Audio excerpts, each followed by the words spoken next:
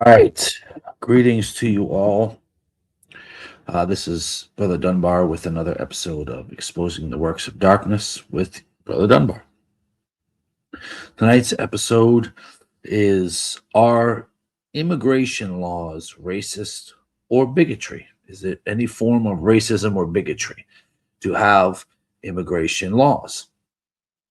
Um, i.e., ICE enforcement. Now, when you have a law, you have a rule, you have a regulation, and then you must have one that enforces or ones that enforce it. Um, and I also want to let everybody know that whatever your opinion is, whatever your thought on the matter is, you're entitled to that, and you're more than welcome to share it. And I hope to have a dialogue versus an argument. And I hope to have understanding come forth from this rather than um, confusion, right? So this both sides of the aisle, right? And peace and blessings unto Sister Shelley Moss or Mother Shelley, as well as Brother William. Thank you for tuning in, and everyone who else that may be tuning in. Thank you. Let me thank you all in advance. And if there's anything that you gain from this, hopefully you think upon it and you gain some sort of understanding, whether it's what I agree with or whether I don't, right? Because this here is there's many different facets to it. So I think people make it very convoluted and very um, overarching when it has a very in-depth meaning behind it. And I know a lot of people believe that ICE is not constitutional, or it's not um, it's not correct, and it's an abuse of authority. To better understand this, you have to understand when it happened and why it happened, and when ICE was formed. And before you understand that, you have to understand the basics of what the country was founded on, and which is something that I want to tackle briefly. And then I want to get into immigration in itself. To deny or to accept someone, is it racial, or is it just wisdom to know that you cannot help every single person in the world, but you do your best to your ability to help those you can? Um, but with that, there needs to be rules and regulations. Let's be honest. If you have um, immigration with no laws and no regulations, you have chaos and mayhem. So there needs to be guidelines. There needs to be a process, because the process will help things go smoothly and correctly. Anytime you do it without rules and regulations, you're going to have problems. And I think the narrative has been placed that there is no that this is an unlawful thing that comes forth, or that is inhumane, is the other thing. The other words they choose to use, and you'll hear a lot of hypocrisy in this episode from the other side of the aisle. And I want to bring this to your attention just because I want you to think for yourself. I don't want this to dictate your thoughts, but I want it to be something that you can think on for yourself, because you need to think for it yourself. And if anything you gained from this channel, it's I want you to think, and I want you to contemplate and reason on what is presented. You don't have to all agree. That's fine. But think on it is all I ask. That's all I want, is for people to think upon the information is presented. I don't want to pigeonhole you into what I believe or what I think. I want you to think upon why I'm bringing it to the table, and do your own research. Because when you do your own research, then you won't be duped, conned, bamboozled, or any of that. And I think that's very important, that one studies out for himself or herself in regards to it, because I don't want someone to take what I bring to the table and just count it as solid truth, because that would be wrong. I want you to think for yourself. I want you to think upon what I say, what I present. Is it right? Is it wrong? Use wisdom, and research it yourself, right? So I've done a lot of researching in these matters for quite some time. So I have, and I don't know it all. So I'm still learning different things as well. And I'm thankful for that, because without learning more, there is no progression. We should all be striving to learn more and to do better each and every day. And we should all come to the table and understand that we don't know everything. So, with that being said, I want to bring forth first and foremost in regards to this topic, I want to bring up what is the U.S. Constitution. So we're gonna go with the U.S. Constitution here. Oops, wrong thing. I apologize. Let me stop sharing that one and bring forth the actual one that I pulled up. There we go. Nope. There we go. Okay, so let me know if you guys. Yeah, you guys probably can't see this. Let me try to make this a little larger for you guys so you can see for yourselves. Okay. So the Constitution of the United States of America, and we all can agree we know what the Constitution is for. It says written in 1787, ratified in 1788, and in operation since 1789. So 1789 is when the Constitution came into effect. The United States Constitution is the world's longest surviving written charter of government. Its first three words, we the people, affirm that the government of the United States exists to serve its citizens. So it's here to serve the citizens of the United States. We can all agree that there's illegal citizens and legal citizens, as there would be if you went to another country. Unlawfully, you would be an illegal citizen. Therefore, you would face the penalties of that country. Rightfully so. The supremacy of the people through their elected representatives is recognized in Article 1, which creates a Congress consisting of a Senate and a House of Representatives. The positioning of Congress at the beginning of the Constitution reaffirms its status as the first branch of the federal government.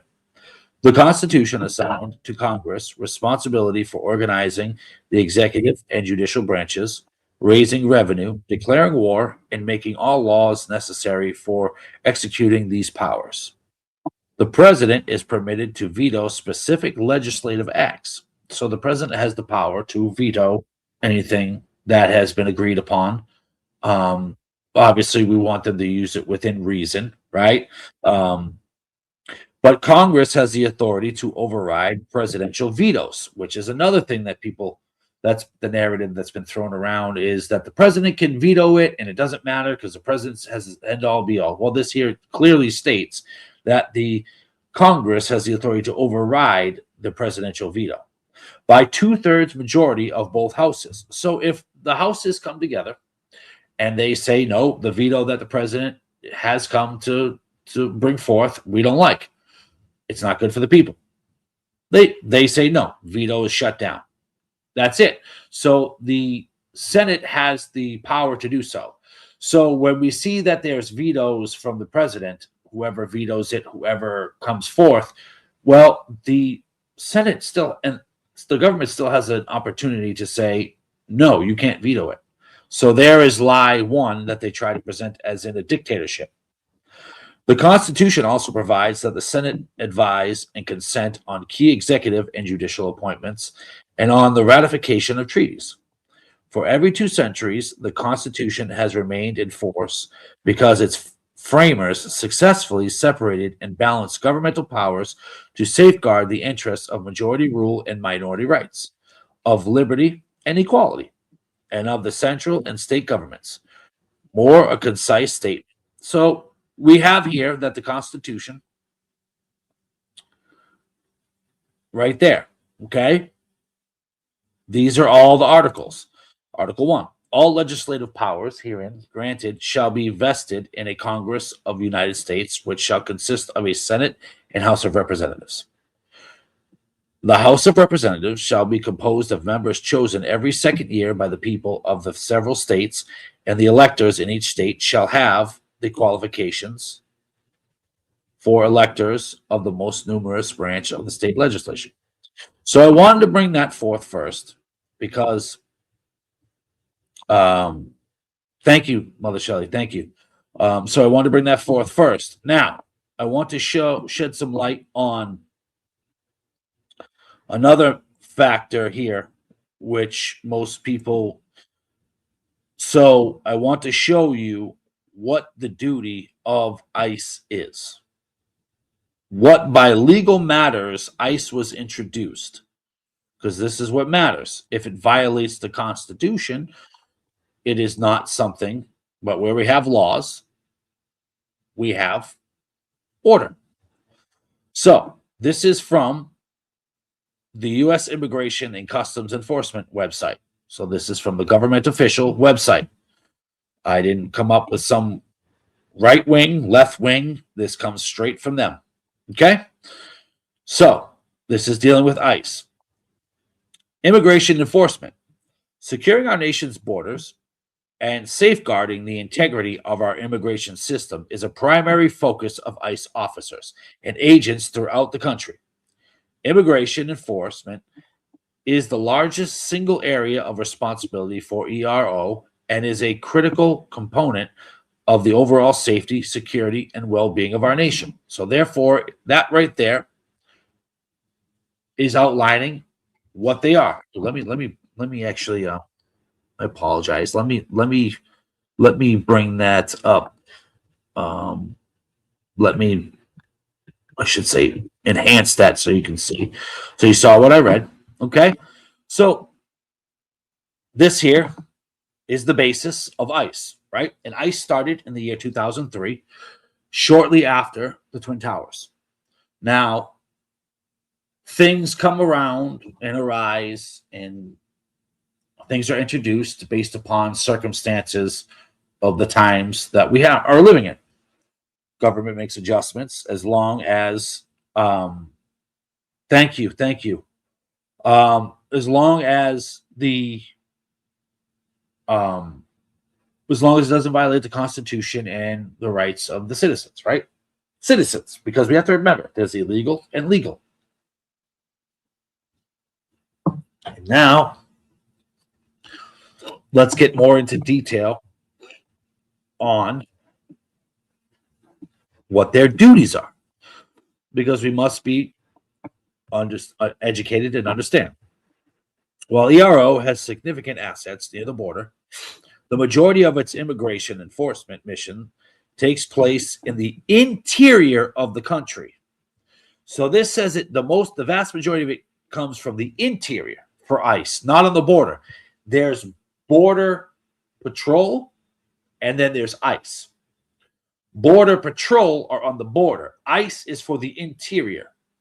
ICE is for areas such as Minneapolis, such as Chicago, such as New York, such as Boston, such as anyone in the interior, not on the border of a foreign land.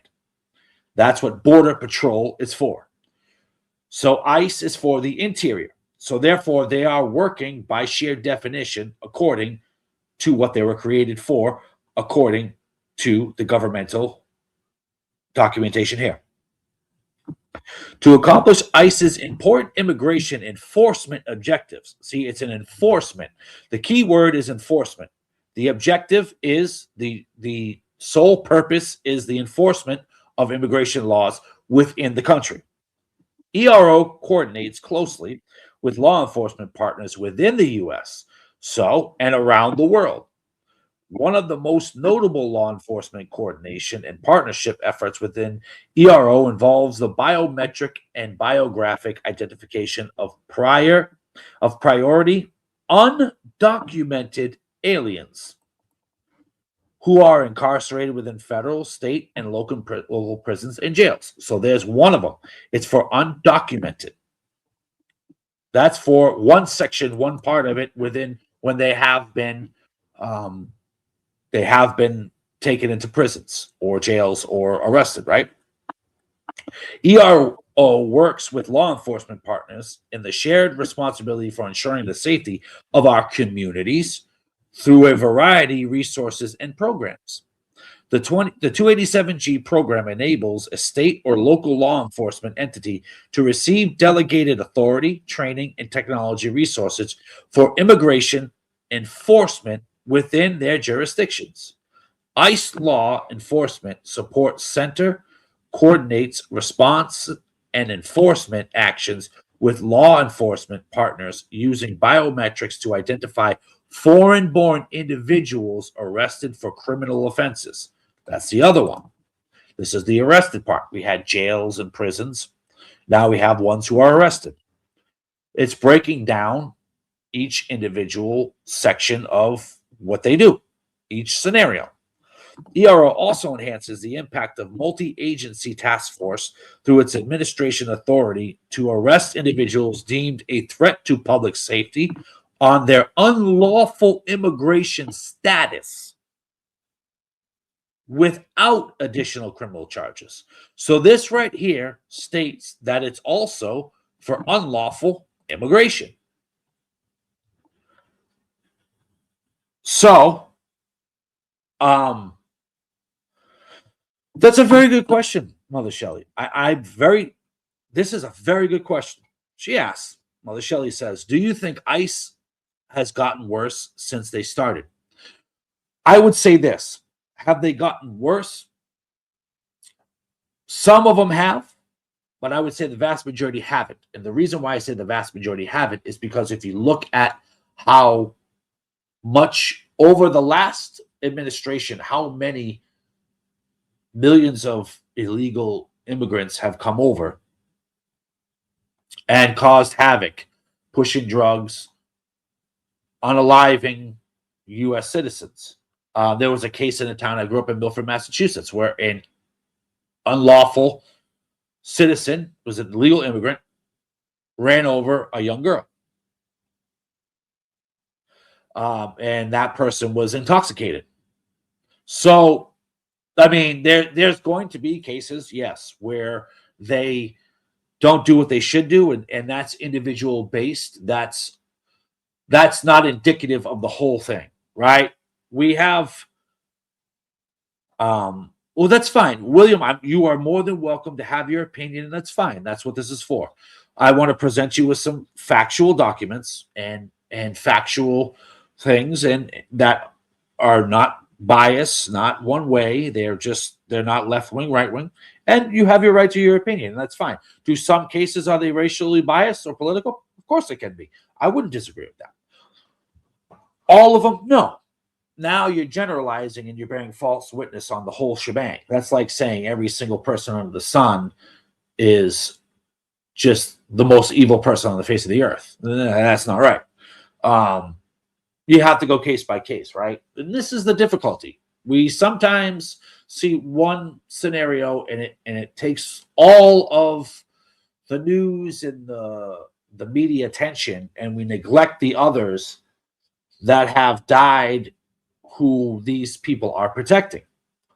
For instance, there's a video out where they were honking the horn and ICE was trying to catch a child molester who was an illegal immigrant. This is where it can become dangerous. Do cases like this happen where it's done unlawfully? Absolutely. I mean, look at the police, for that matter. It happens, right? It's not right, and I would agree with that.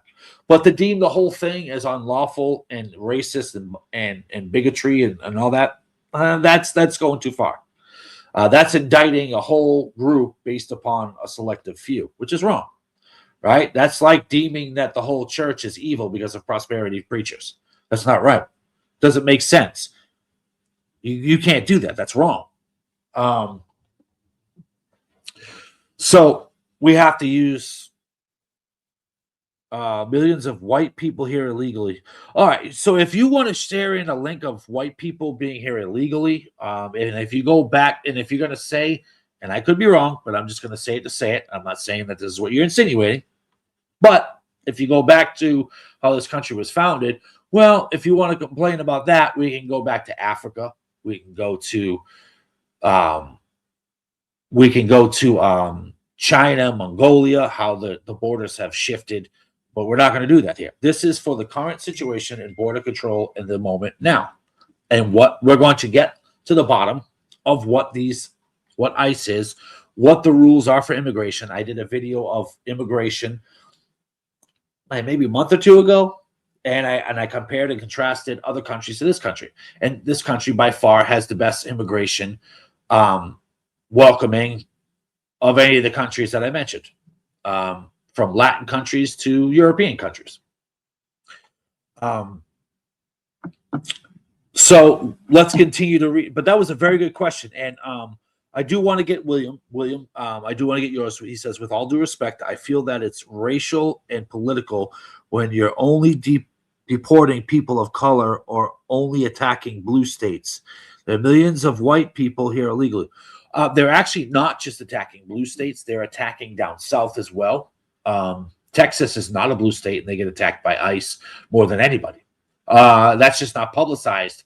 And if you go back and look at why Minnesota and New York and California are the ones where they say that, it's because there's massive amounts of fraud, which I did another video on a month or so back, which this is why it all ties in with the fraud for assistance, whether it be daycare, food stamps, that stuff. This is why they're publicizing that, to get you away from the fact of the fraud.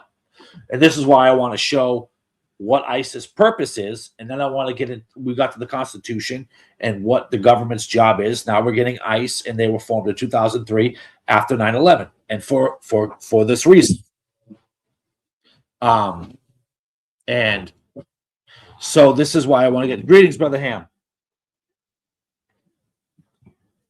Yeah, greetings. God bless everyone in the chat. May the Lord continue to strengthen you and keep you. Yeah, I'm on kind of riding in the bad area, so I may drop out a little bit. That's fine. That's fine. So I'm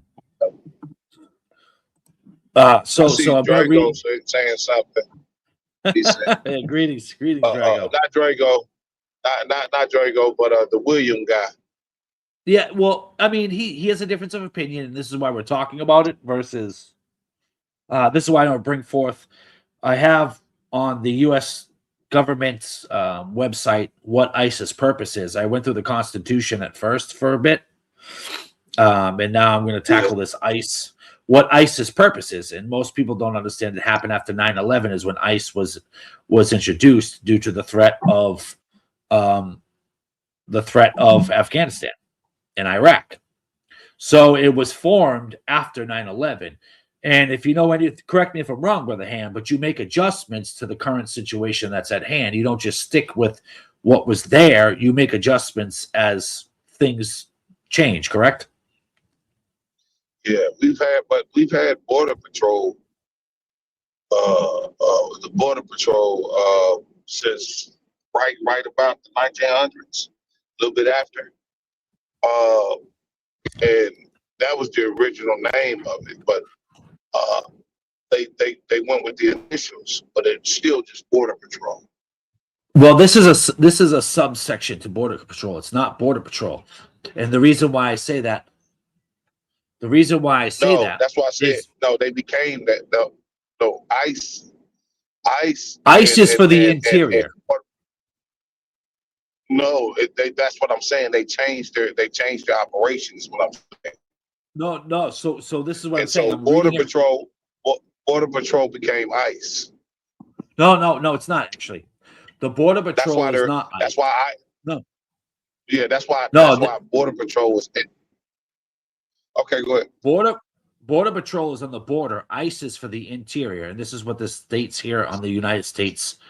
So it's two different things. One patrols the border, the other patrols the interior. No, but they're still considered ICE. That's what I'm trying to tell you. What they did was they changed the status of them. They changed the status of the Border Patrol to operate just like ICE. So Border Patrol and ICE are the same thing. So the Border Patrol, yes, they deport illegal immigrants, correct. But the Border Patrol No. is What on I'm the saying border. is they changed. Yeah, they changed their. I know that's what the original intentions were. But the problem is because when different presidents and immigration problem as far as coming into the country or enforcing border crossings and things like that. Because you got to remember, say for instance, it's a border patrol officer at the border, but Correct. they don't catch that one or how many ever until they make it to like Kentucky or New York. Correct. That's where ICE comes Even in. though it started at the border. No. That's what I'm trying to tell you. That's why I say that they're the same. They have the same function. I agree. Just different regions of the country. Right. No, I agree with that. Yeah. I agree with that. Okay. That's all I was No, saying. that's what I'm reading anything now, else. actually. No. That's what I'm reading actually right now, Brother Ham. So Man, I want to continue. Hey, listen. I went through that stuff. That's why when people was talking about. That's why when people was talking about it's not illegal for a person to cross the border. That's because you're not being honest. Crossing the border is a felony. Correct. Put it like this, Because right? it's a federal Put it offense. like this. Right. The same reason why it takes almost 20 years for a felon to maybe be able to get gun rights, that a felon can't carry a gun. Correct. So that's a citizen of the United greetings States. to everybody. Yeah. Which is another interesting point that you bring up, Brother Ham. That's a very interesting point they bring up. This is 20 years to have a right to own a gun as a U.S. citizen when you have a felony. So that begs the question, correct me if I'm wrong, Mr. Ham. Why would we be offended when we say that they have committed a felony and they don't have the rights? Right? I'm sorry, man. I was laughing by Drago over here clown. No, I know. But correct me if I'm wrong, right, Brother Ham? Say it again. I'm sorry, Brother Jeremy. I said if a U.S. citizen. Are you talking about as far as I'm crossing the border? Well, no, hold on. If a U.S. citizen takes them a certain amount of time to get their rights back after they've committed certain felonies as far as carrying a weapon, right? So if somebody crosses the border illegally, right? If somebody crosses the border illegally and that's a federal offense, don't they not have the rights? Yeah. And a person who's in prison vote.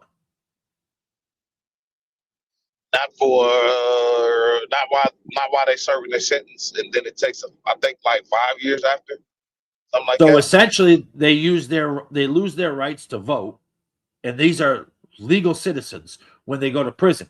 But you want to say it's unlawful to have an illegal immigrant to not have rights. Make that make sense? That's a very valid point. The problem is you can't, because what people don't realize is this: going to jail makes you a second-class citizen, almost a non-citizen. Correct. Because there's a lot of things that you can't do because you have that report card, and then some people got a number of felonies or a number of misdemeanors with an arrest record. When prison and a certain amount of misdemeanors equals a felony. Yeah. When arrests and felonies and stuff like that become a part of your life, you're giving up the right to be a productive member of society. Correct. You've given that right up, Brother Ham. You made a very, very key statement. You have waived your right.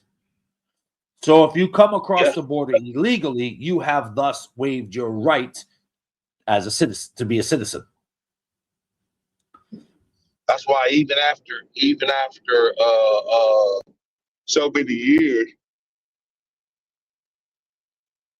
like fellas, it takes up to 10 years for them for jobs to not have to consider their background.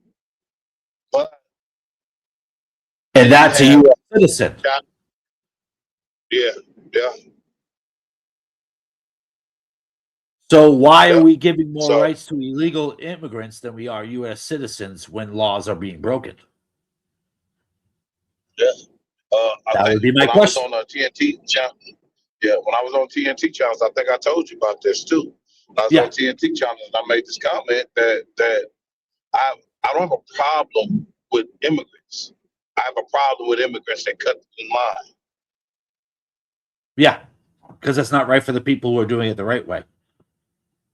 Yeah, and here's the Correct. thing: the more people that come over here illegally makes it more harder for people to become citizens, and that's not fair. Correct. Correct. So I want to just read a little bit more of this to kind of get the context of what ICE, the reason what ICE does, what they're. I want to read a little more for the people because I want them to see with their own eyes, right? Yeah, So right here it says, where was I? So it says ERO also enhances the impact of multi-agency task forces through its administrative authority to arrest individuals deemed a threat to public safety or their unlawful immigration status without additional criminal charges. So this is without additional criminal charges. If they're here unlawfully, immigrated here unlawfully, they themselves have made themselves a criminal. Finally, leveraging resources available through foreign law enforcement partners, including Interpol, which is from England or the Great Britain and Europe, and the ICE yeah. Attache Corps. ERO develops investigative leads and provides support in local and arresting foreign nationals wanted for crimes committed abroad who are now at large in the U.S. So this is ICE here. So right here. As one of the country's premier federal law enforcement agencies, ICE is dedicated to detecting and dismantling transitional criminal networks that target the American people and threaten our industries, organizations, and financial systems. So the Somalians in Minnesota threaten that very thing. The fraud Well, with the the problem, organizations, the financial system that's set up for helping the poor, they disrupted it. So by definition, ICE has a right to go in there, and the United States government has a right to go in there and prosecute. Period. yeah. Well, that's It's just in protection of the that's just people. well, that's just like Lemon Squeeze Jones getting arrested today. So so this is what ICE. This is from the website. I will scroll back up. This is from the United States governmental website. U.S. Immigration and Customs Enforcement website. That's where this is from. This is not a It left ain't gonna or play. right It ain't wing. gonna play games with us. So, right, it says combating cross border criminal activity is the largest single area of responsibility of HSI and is a critical component of the overall safety, security, and well being of our nation. So it goes back to protecting the citizens. Government's job is to protect the citizens of this country. That's it. That's government. That's the government's sole job is to protect the people within these borders that are here legally. It's not to protect the world. That's for each nation They didn't. to do its job for its people. They didn't act like this when Obama was doing it. And this is why I have multiple videos, Brother Ham, that I'm gonna bring up. So if Trump is a bigot, this is gonna bring me to my point. How they're saying that he's a bigot. Everybody says that Trump is a bigot. Not everybody, but the people who oppose ICE say he's a bigot. Or people say he's a bigot. Okay. This is why I said, are immigration laws racist or bigotry? ICE enforcement. Now, remember that question and remember what you think. Remember what your thoughts on the matter is. And if Trump is a bigot for using ICE, let's bring up Exhibit A. Okay? Out of the horse's mouth himself. Let's get from the horse's mouth here. It's a short video. So here we go. And to truly deal with this issue, Congress needs to act. And that moment is now.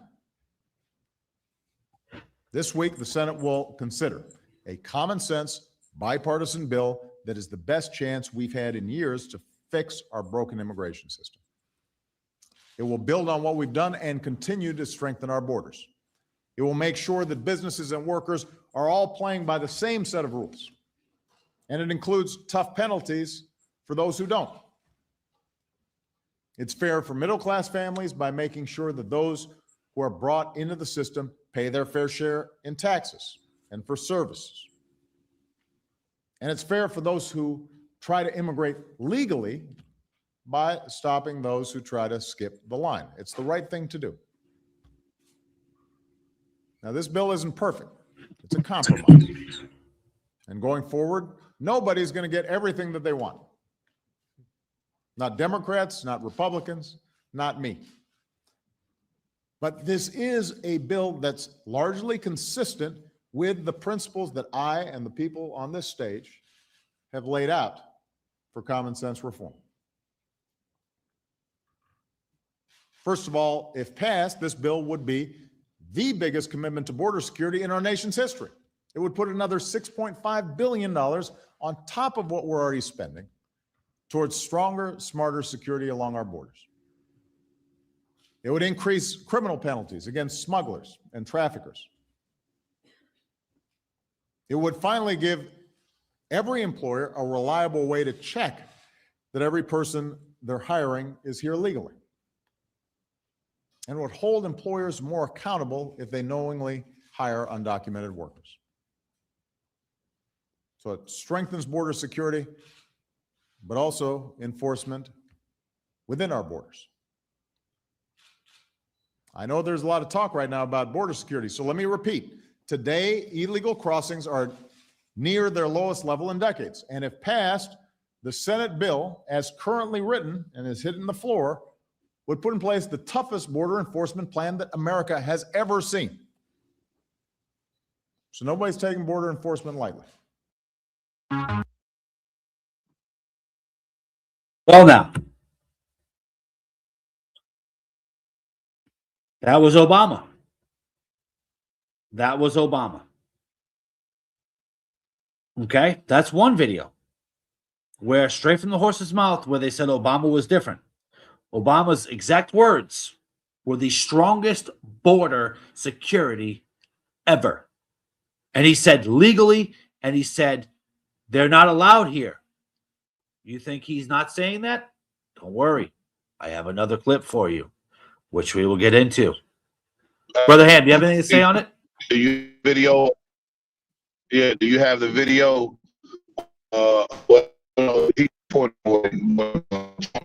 I got about 6 or 7 more videos, Brother Ham, that's going to show not just Obama, but others who are championing that Trump is a racist and that his border laws are unconstitutional.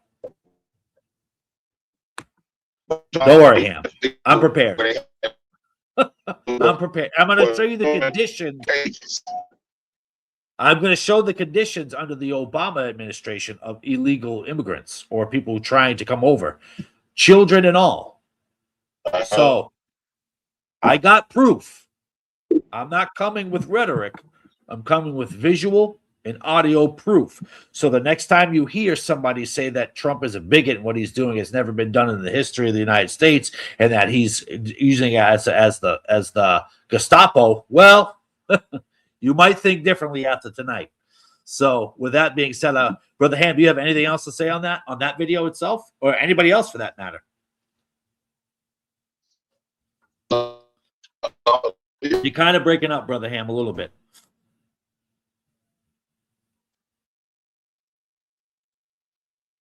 All right, I'll play this video and then we'll come right back to you, Brother Ham, and we'll let you comment on it. Which one do I want to get? I got a few of everybody's favorite, Obama. I got a few of him. So think twice about Mr. Obama and how he was so different from Donald Trump. Okay? Don't worry.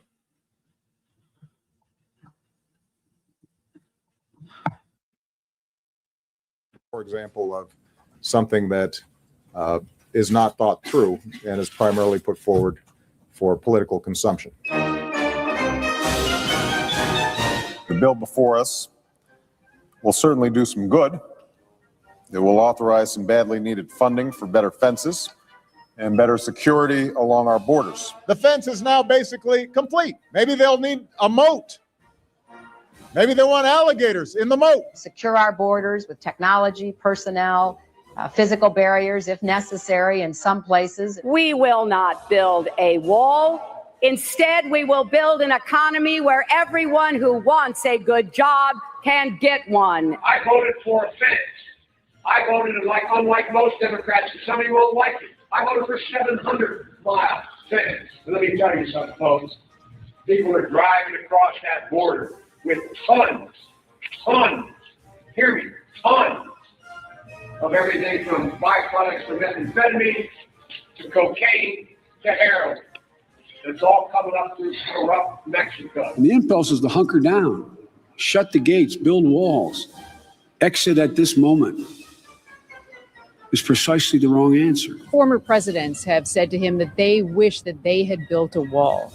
Do you recall President Obama ever saying that? Come on. Construction of a 630-mile border fence create a significant barrier to illegal immigration on our southern land border. All along, the president's saying, well, I'll do DACA and Dreamers in return for the wall. He's got it. President Trump, if you want to open the government, you must abandon the wall.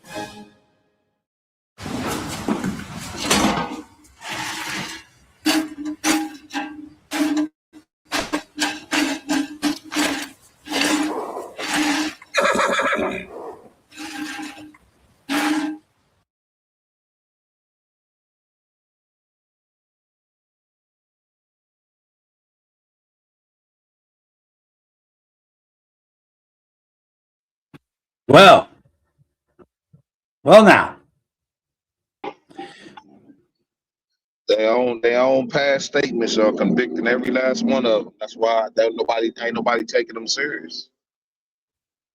So it's a political game for the Democrats, Joe Biden, Obama, Hillary Clinton. It's not a political game for Donald Trump. He's just speaking what everybody else has been speaking. It's a problem. You think it just started there? Don't worry, I got an older video for you. So I bring that to the attention, Brother Ham. Let me know what you think on that.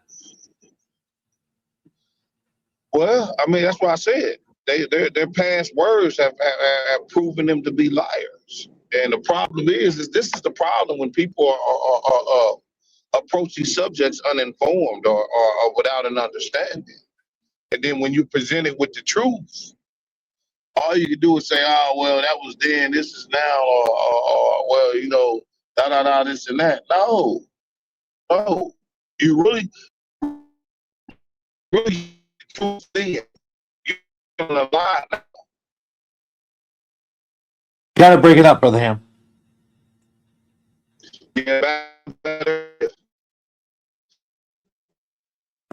So, to all the Trump is a racist, my question is Obama, Chuck Schumer, Joe Biden, and Hillary Clinton, are they racists and bigots? I told you I was going to bring evidence for you to think for yourself. not going to come in my mouth. I'm going to come straight from the horse's mouth. And I'm going to show you the hypocrisy. Because after all, this is exposing the works of darkness. And we exposing them. So what I want to do next is I want to bring forth another video to your attention. To remember how there was talks about the children and how unhumane Donald Trump was for separating parents from their children? Look at your beloved Obama. You ready for your beloved Obama? Here he comes. While we intend to do the right thing by these children, their parents need to know that this is an incredibly dangerous situation, and it is unlikely that their children will be able to stay. And I've asked parents across Central America not to put their children in harm's way in this fashion.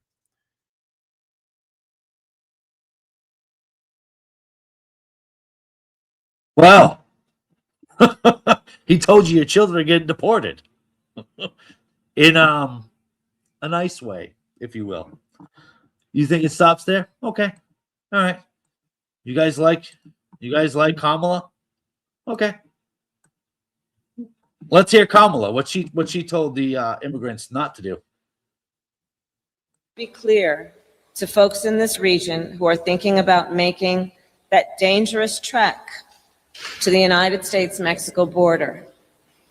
Do not come. Do not come. The United States will continue to enforce our laws and secure our border. There are legal methods by which migration can and should occur. But we, as one of our priorities, will discourage illegal migration. And I believe if you come to our border, you will be turned back.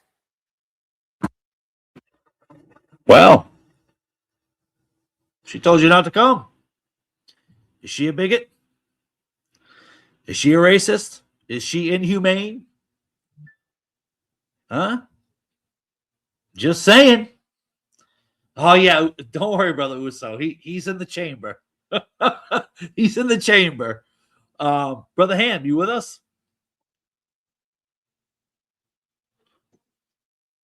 Still bad. I'm in a bad area, man. I'm trying to talk, but I know you can't hear me. All right, brother. All right. I just wanted to just double check with you. Chime in when you're in a better place. All right. Let's have a look see at the condition of where they're kept. Let's have a look see at that. Let's take a look. Let's see if if Obama was inhumane. The Border Patrol has refused to allow reporters and cameras into facilities where agents are housing hundreds of immigrant children. But today we finally got a look. The Border Patrol allowed only one video camera into holding centers in Nogales and in McAllen, Texas. It comes out as Border Patrol faces claims of bad conditions for the children. Not in your sides, Craig Smith was able to take his own tour of the Nogales complex, and he joins us live from Nogales. Guy, a large group of reporters was allowed to come into this facility in Nogales, but under strict ground rules as a condition for entry. No cameras, at least no cameras we control directly, no sound recordings of any sort, and no questions. What we saw does track what we saw in pictures taken in secret days before. Kids in chain link holding areas using foil blankets. But now we have context and explanation. Agents say the foil blankets, for instance, reduce the chance of allergic reactions. They say the facility was not set up hastily to cope with a glut of immigrant children. They say it is a facility built about the year 2000 for adult detainees, converted when the need arose to house hundreds of children. There are systems set up for showers and clean clothes every 24 hours, health checks, healthful meals, and opportunities for play. The El Salvador government sent a senior official to check on the children from that country. Naturally, as a government, we're concerned that the minors are being treated this way.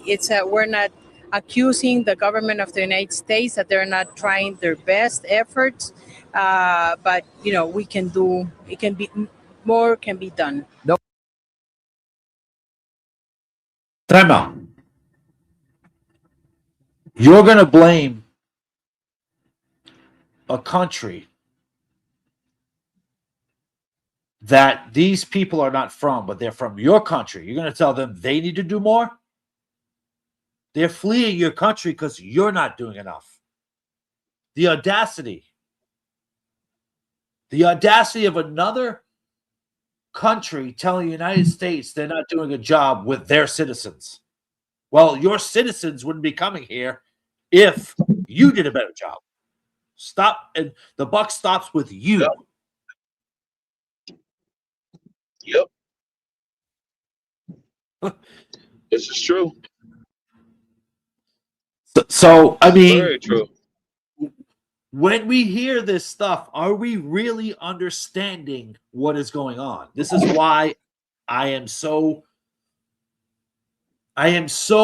adamant about showing the falsified propaganda that they shovel you and make you believe otherwise. I am so dedicated to showing you that because I've seen this for years. It's hypocrisy at its finest. So anybody, you got something to say about Trump now? Let's hear it. Because all of the other ones were doing the same exact thing. To do what? To protect the United States citizens. Because that's their job. Their job isn't to protect the world. Yeah. Tell them all don't speak at once. You know? Oh. And Obama said that they need to learn English when they come over here. But he's a bigot. He's not a bigot, right? No, not Obama. Yeah. That's the golden boy. Good, Brother Ham. Yeah, I was just saying, like all of these videos is pretty much saying everything we've been saying. People don't want you talking about these videos. They don't. They want to say, they want you to not remember the stuff that they said in the past about this same situation. But then you get somebody that's actually doing something about it, really doing something about it, and all they can do is complain. Man, ain't nobody going down that road. I don't believe Trump is a racist. I don't care what anybody says. Me neither. You have to bring forth evidence of him being racist in order to say he's a racist. Arrogant. Yeah, arrogant don't make you arrogant, racist. Yeah, arrogant, definitely. I'll give it. Yeah, he's definitely arrogant. Do I agree with everything he says? No, I don't. But I will say he's not a bigot. He's not. Yeah. So, I mean, you're not going to convince me otherwise unless you show me evidence of him being a bigot. Right. I mean, let's keep it real. Yeah, got a lot of people, man. It's like the truth is a foreign language for them. This is why I want to destroy the narrative of propaganda. Yeah, I agree. Prodigal son, that's his opinion, and I'll disagree with him on that. And I don't really care. You have to show me where he's a bigot. I mean, I'm not just going to take somebody's word for it because somebody said it. No, I'm going to investigate it. You got to bring me proof. I'm not just going to believe it because you say it. I don't care who you are. But he's wrong in that matter. PJ is wrong in that matter. He's right on a vast majority of what he talks about, but that particular one, I could say he's wrong because there's no evidence of Trump being a bigot. Yeah, I'll have to say that, and that's to me, that's something like the law. Even pastor said that the law is for the lawless and immigration.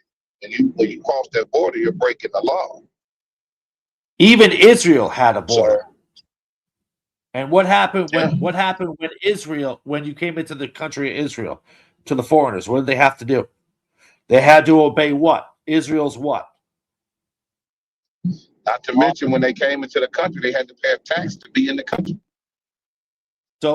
When the people that were brought in or came in, they had to abide by Israel's rules, laws, regulations, everything, even in the scriptures.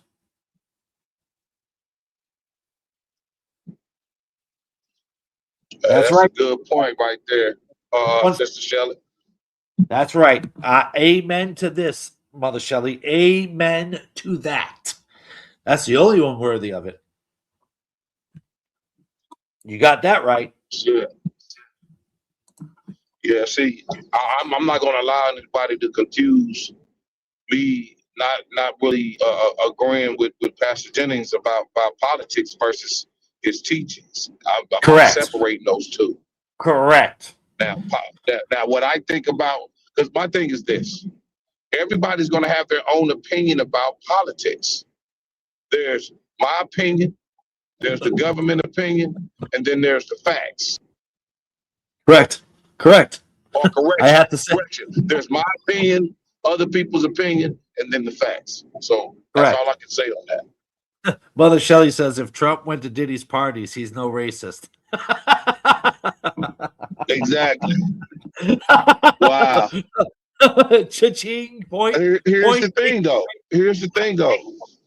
But just think about it. Hey, you got that video? You got that video of Mike Tyson when he was talking about Trump? Hold on. I want to finish these couple up. We'll hit that one up. Let me finish this video here. I'm going to show you what everybody's golden boy Obama here. Yeah. No one suggested it's a great situation, but why did Border Patrol wait so long to offer a look to refute claims of abuse? Border Patrol did not answer that question during the tour, so we asked Agent Art Del Cuerto of the Border Patrol Union. You know what I think? I think a lot of it has to do, and unfortunately, I see it all the time as a union representative. You always get the bad news out first, right? They weren't calling the shots. They were coming from D.C. It's up to D.C. That's something that you guys are seriously going to have to ask, people up in D.C.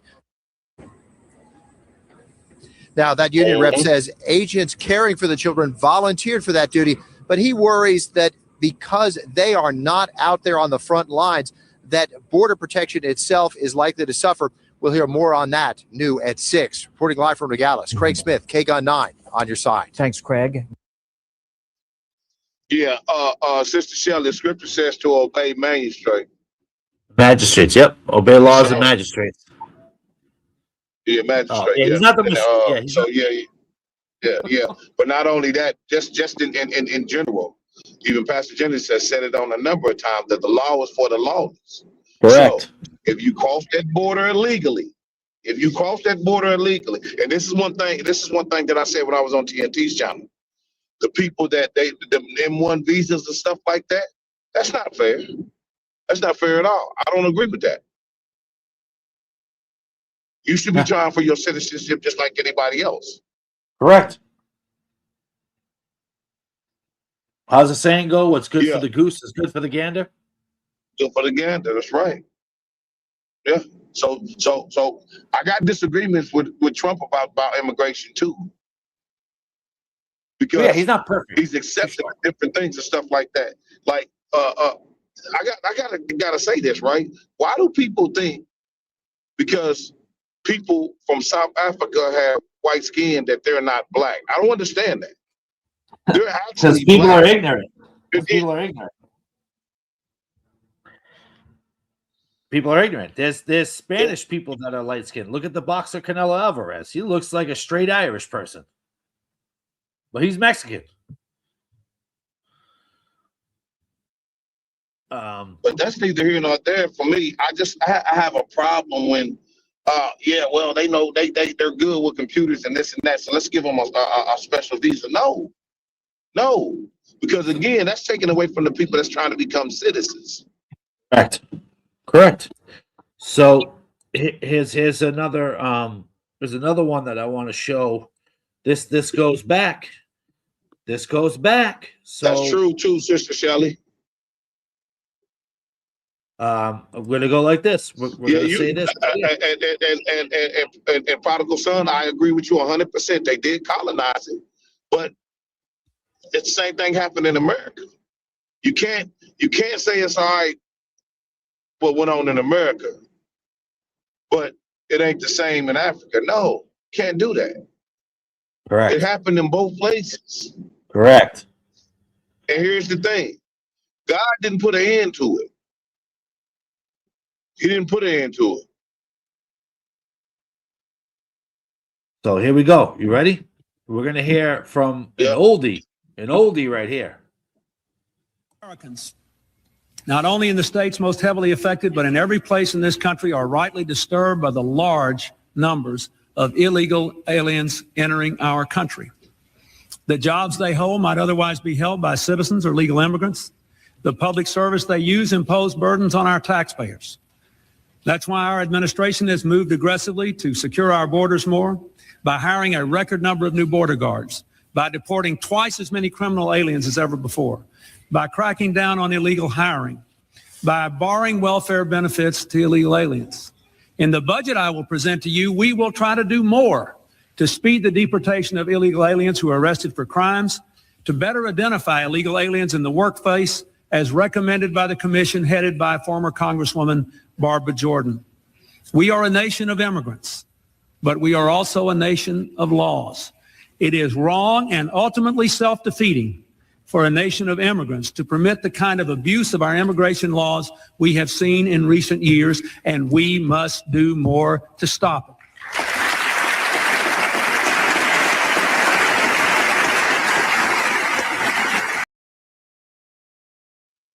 Well, now, that took place in the year 1995.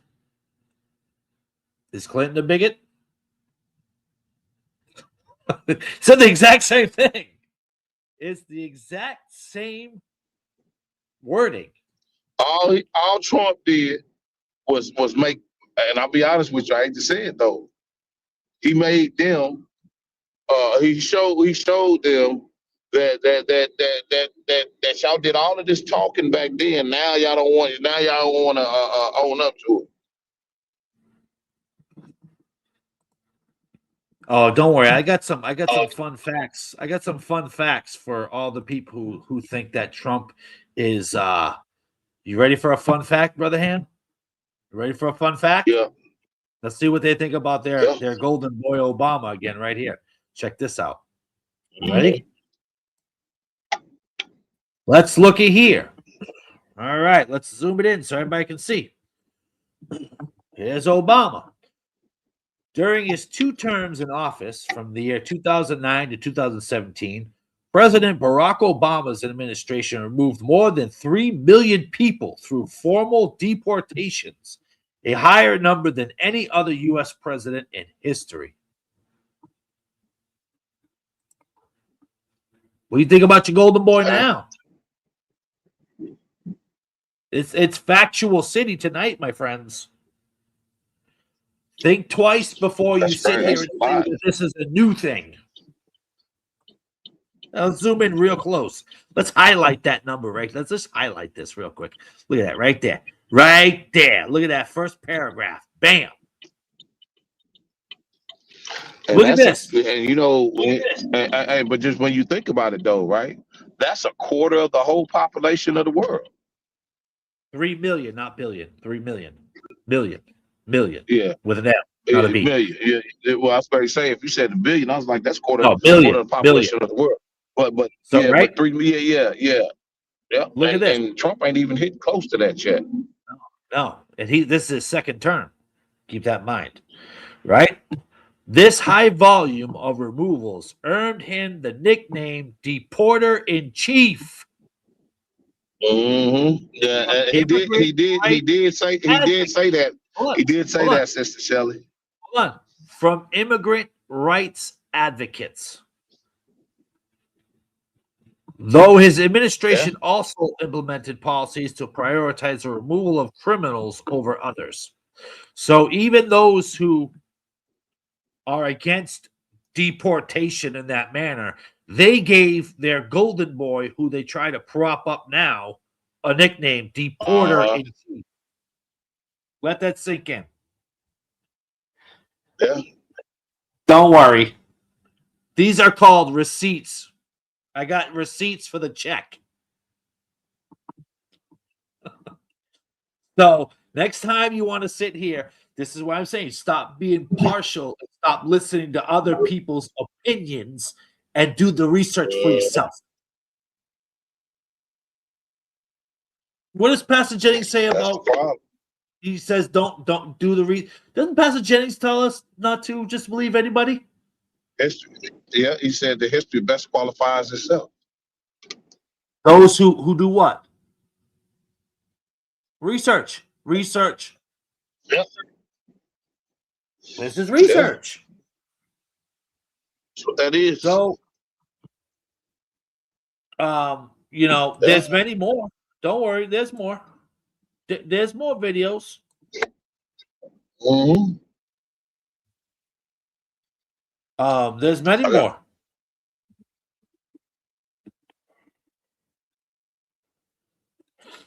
There's many more that I've come across of the golden boy.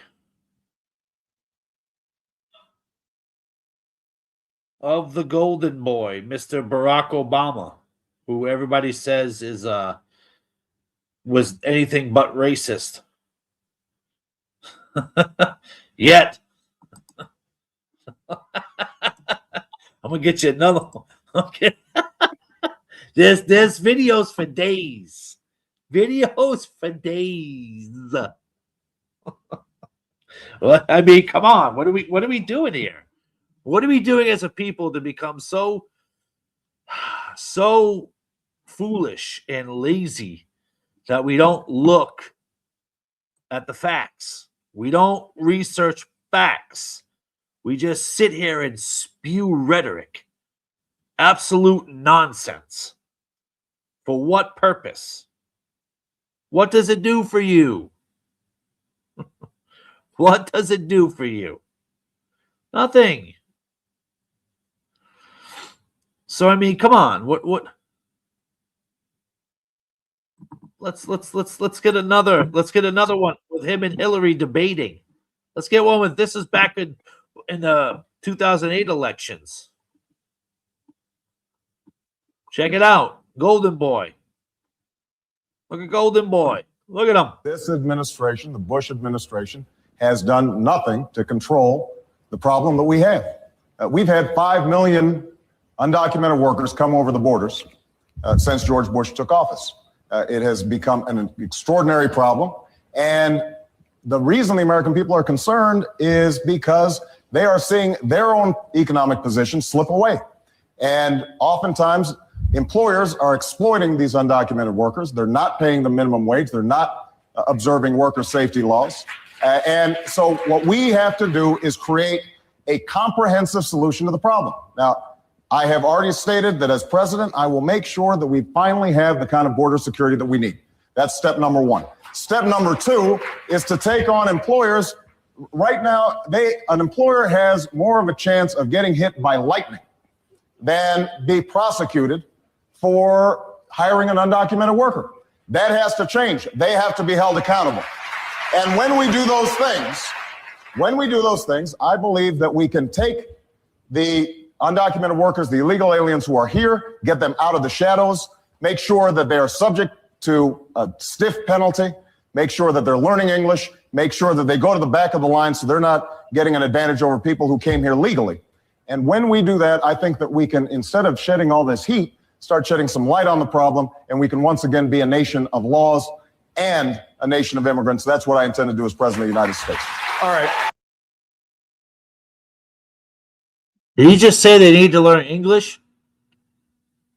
What a bigot. What a bigot. Yeah, he said that. You see what Prodigal Son said. I do remember. I think I did hear. I think Prodigal Son. I think I do remember hearing that. I could very well be wrong, but I do think I remember his name being that. I think that has something to do with his real father's name. I could be wrong about that. You know. So really, what are we doing? What are we doing? Doesn't the scripture say, "Speak what you know and testify to what you have seen"? That's right. So yeah, we got some receipts for that check. yeah. This is why we speak not rhetoric. We speak the facts of the matter, because facts matter. Truth matters. They're using people for political gain. Game. Yeah. Well, game in the system. Ask yourself. And Go ahead, Brother Ham. hustling people for their votes and for their loyalty. You know what I call them, Doing Brother good Ham? well. You know what I call them? I call them race hustlers. I call them race hustlers. They are race hustlers. They are definitely. They be hustling people. They be hustling people on the false narrative of KKK and Klansmen. Oh, hey, Brother John, you know what I used to ask people when they be talking about, Obama was a great president, and I mean, not that I really care about what he did, but I used to say to them, what actually did Obama do for black men in his 2 terms? Nothing. Absolutely nothing. Office? Nothing. He absolutely then this nothing. one guy was like, well, he did this and he did. I said, no, he didn't do nothing. And I'll be honest, he did something for the Skittle community. Correct. And he did something for women. Correct. The men were left out in the cold. You know, I can't think of anything positive that Obama did that helped build the household that's been broken for so long. And I'm not just talking about the black household. I'm just talking about the household in general, because the people that's got strong households, that have the mother and father in the household, or the single parent household, that's a strong household, whatever the case may be, right? Yeah. Well, it's distant now. It's distance. Yeah. Check this out. I want to show this to people. This is how this country is so fixated on claiming everything is white supremacy. This is proof that I've been saying, I don't know how long, that whoever sits here and acts like this, white supremacy all through the country, is sorely mistaken. Sorely mistaken.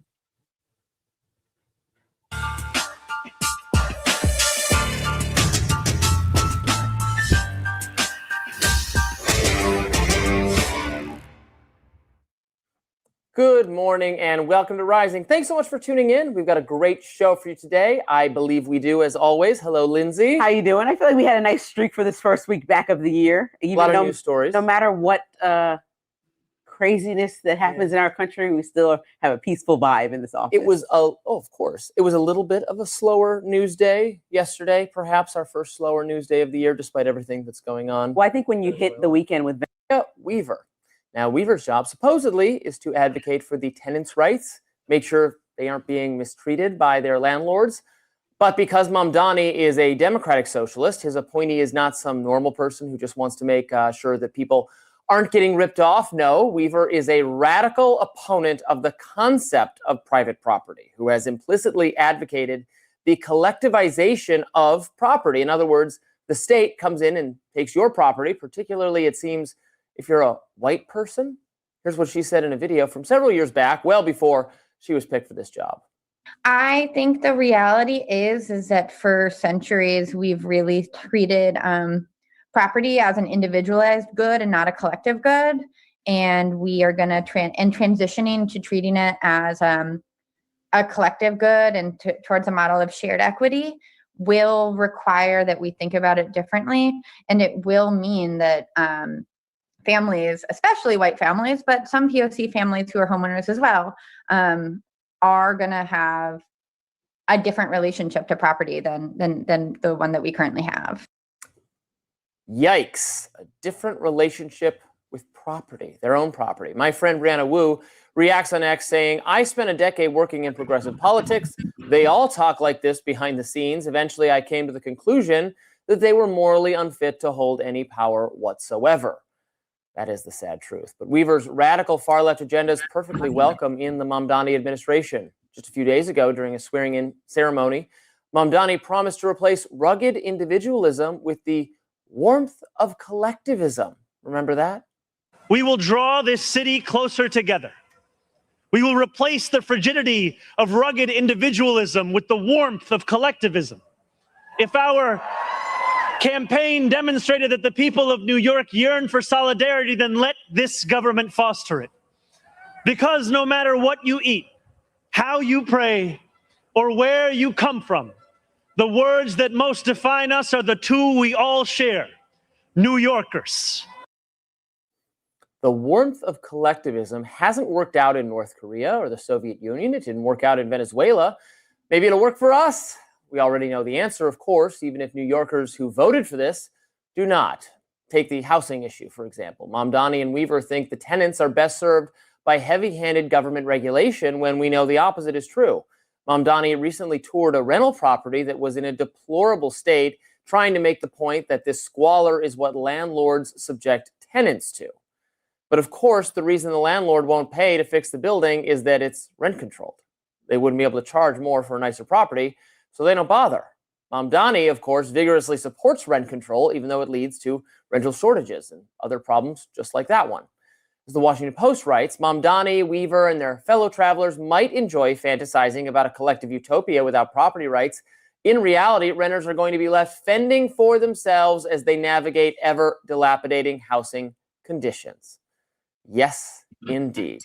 So we're seizing people's property now, I guess, as a result of tenants' rights. Okay, so we're just going to nationalize all the property. We'll centralize it under the Commissar, Chairman Mamdani, and Sia Weaver. White people. So, would you call that communism? If you can't own anything? Oh, that's definitely that. That's communism, my friend.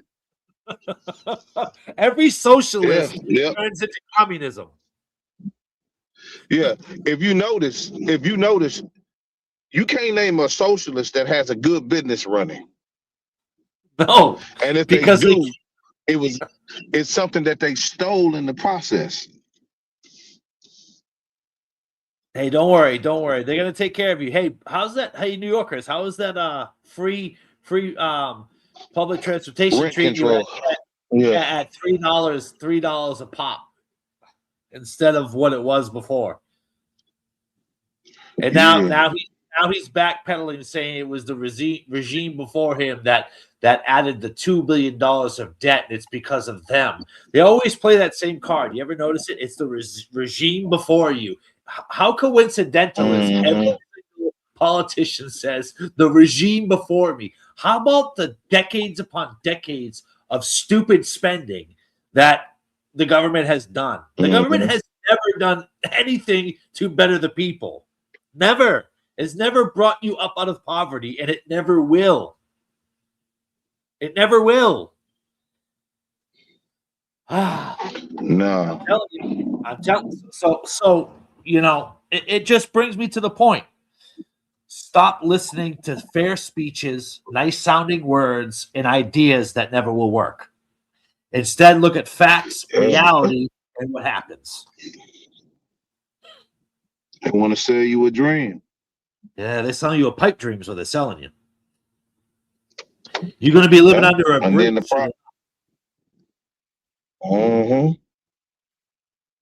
That's exactly what's going to happen.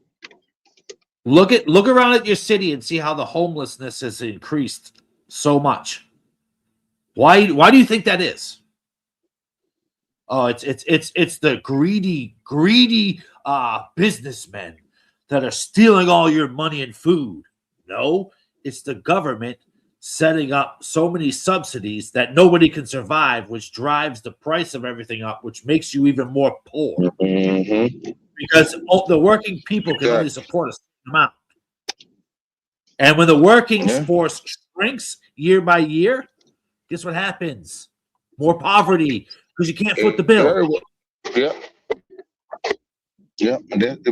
But you heard what he said, right? I don't know if you caught that, but he said, and the reason why they won't, why you can't call them slumlords if the government is taking is doing rent control. Like that's stupid. Rent control that I can't charge more for all the problems that I have to fix that's being caused by the tenants. Now you want to call me a slumlord because I won't fix it? No, I wouldn't either. And you know what? To be honest, I just learned something today about rent control buildings.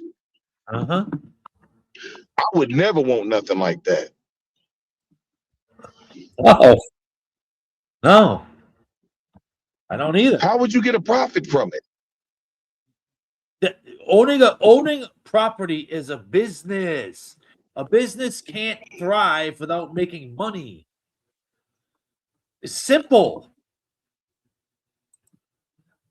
It's basic business 101. There's no way. Just imagine, like, you got an apartment building, and these people came in there and caused you plumbing problems, electrical problems, and they want you to fix it free of charge. No, that doesn't work like that. Show of hands for anybody, and listen, I know public housing. Anybody in public housing that keeps their property pristine. I'm talking about the renters. I'll wait. You talking about the Section 8ers? Yeah. They let this go to hot mess. Juan and Maria. Yeah, and, they don't Shania,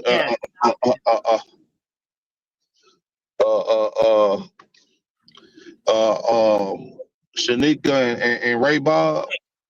right. Lil Jim and Mary. Yeah. Exactly. And then, trust me, one thing I can tell you is I deliver to all type of people, and I'm not being stereotypical, but I'm telling you what I run into, doing this, right? And it's a strange thing to have to be like, okay, well, this person right here, I grew up in the hood. That's what I grew up around, right? And so I see this stuff all the time, and I be shaking my head, thinking like my wife was like, well, because I told my wife, I said, I don't want to move in the black neighborhood. And I meant that, right? Because I see what happened. Little food and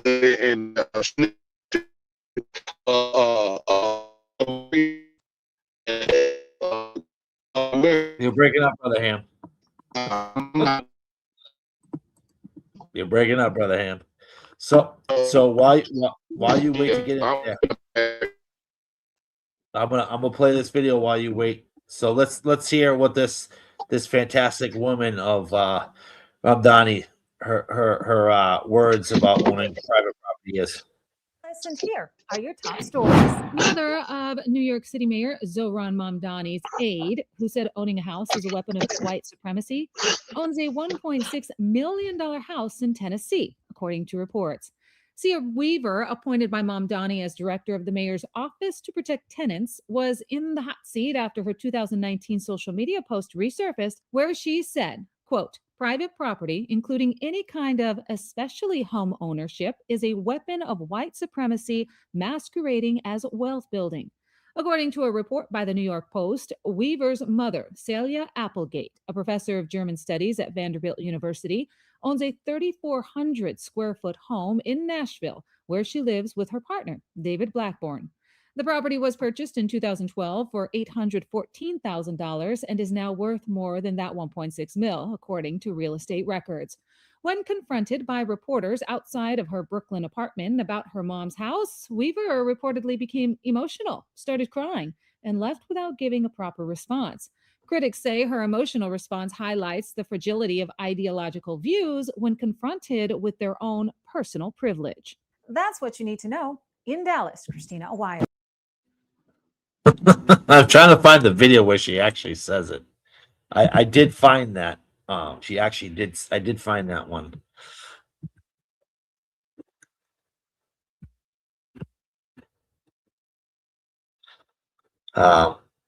This is the idiocracy of what we have today. Is it this one? Let's see.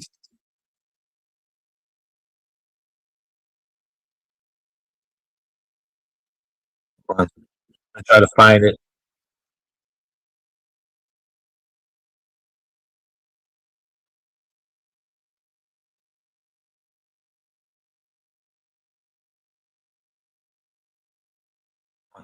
Wait.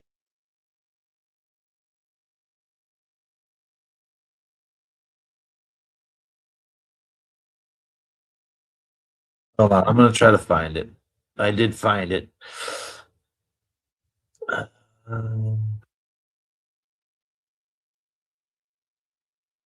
This one I gotta find this. I gotta find this for you guys so you guys can you know. I think I found it. Ladies and gents. Check this out. Ready? You ready? Really white families, but some POC families who are homeowners as well are going to have a different relationship to property than the one that we currently have. Listen to this one. This is a Zorhan, what do we call him? Moron Zamboni cabinet member. Her name is C. Weaver, and saying they plan to treat. I'm gonna be honest with you, brother Jeremy. This is I wild. don't care for him because stuff. Watch this. I think the reality is that for centuries we've really treated property as an individualized good and not a collective good, and we are going to transitioning to treating it as a collective good and towards a model of shared equity will require that we think about it differently, and it will mean that families, especially white families, but some POC families who are homeowners as well, are going to have a different relationship to property than the one that we currently have. Who the f do these people think? Yeah, I don't care if he's a skittle. If he's talking about a matter that has nothing to do with it. Yeah, you already know what I was. It does. Yeah. Like I'm not gonna not play somebody talking about a factual thing just because he's a skittle. As long as it's not promoting skittle, I don't really care. I wouldn't have known it, so that's what I'm saying. That's a little over righteous over much. Just gonna go out there and say that. The guy can have something. Yeah, I just don't, man. I mean, I get it. I get it. If you don't have a problem with that's up to you. I'm just telling you, I don't. Like that's why I stopped listening to him. Because I don't think he can be objective. Well, if he's being the subject matter is, if he's accurate on the subject matter, he's accurate on the subject matter. It is what it is. Yeah, that's. I'm just telling you why I don't. I'm just telling you why I stopped listening to him. Well, that's fine. I'm not saying I'm going to listen to him all the time. This video happened to pop up. And look, and I'm not saying he was wrong about. I'm not saying he was wrong about reporting. I mean, don't get me wrong. Even Don even Pastor Jennings gave credit to a gay guy who was a what's his face? No. I'm not. No. So I that's mean, my preference. I'm saying that's my preference. Not to listen to him. I don't have to listen to him. That's I don't have to. I don't have to go. I don't have to go with the flow about that. I'm just saying, if he's gay, there's nothing that says that I have to. No, I'm not saying that, Ham. I'm yes, just saying that's the reason. And I can take that opinion about it and not be wrong. That's over righteous over much. No, I'm not So being over righteous. I always listen. This ain't got nothing to do with church or anything like that. When it comes to things like that, I just don't feel like that. I don't feel like they function properly. But that's my opinion. I mean, if somebody's right on something, if they're gay or not, if they're right on it, then they're right on the matter. I mean, I never said that he was wrong or anything like that. I'm just telling you I don't.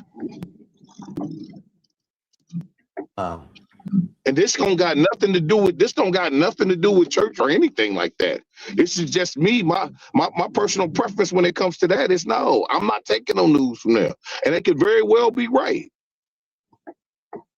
I just have an issue with that. That's fine. But I'm not gonna not play a truthful matter because the dude's a skittle. Yeah, I can't. I mean, like I said, if you do that stuff, don't take the money from the skittle either. You know what I mean? Like, I haven't taken none from him. I'm talking about if you never taken money through business. Like if somebody's ringing you up in their skittle, you don't take it.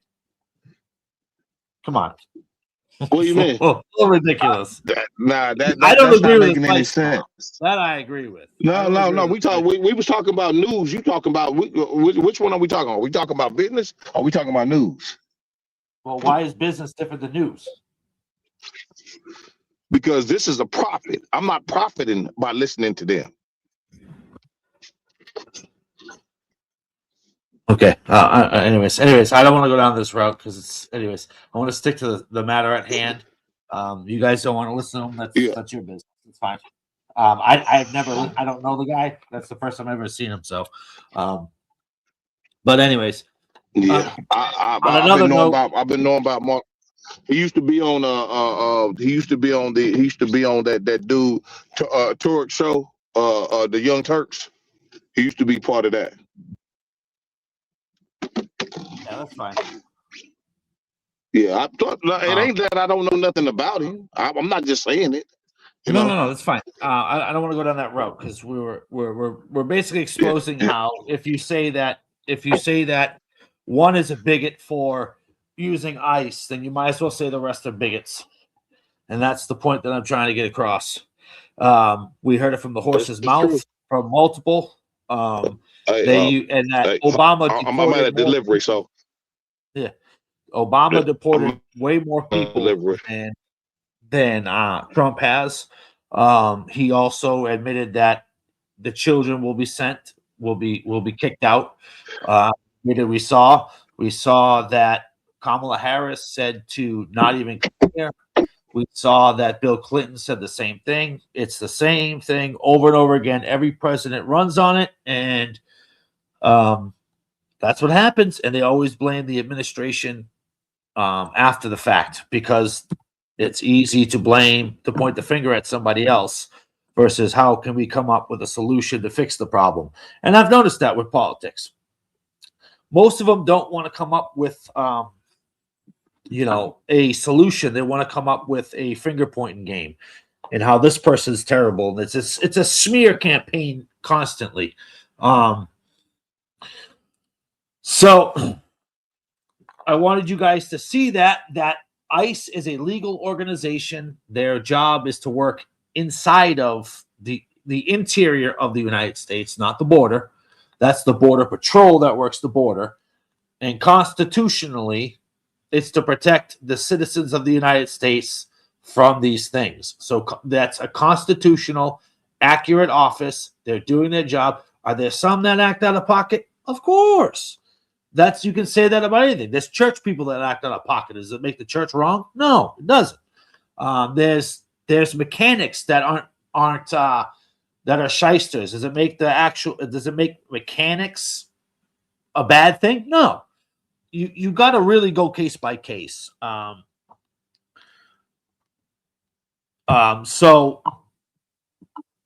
how about the lady who tried to run the ICE agent over? You're going to defend her too?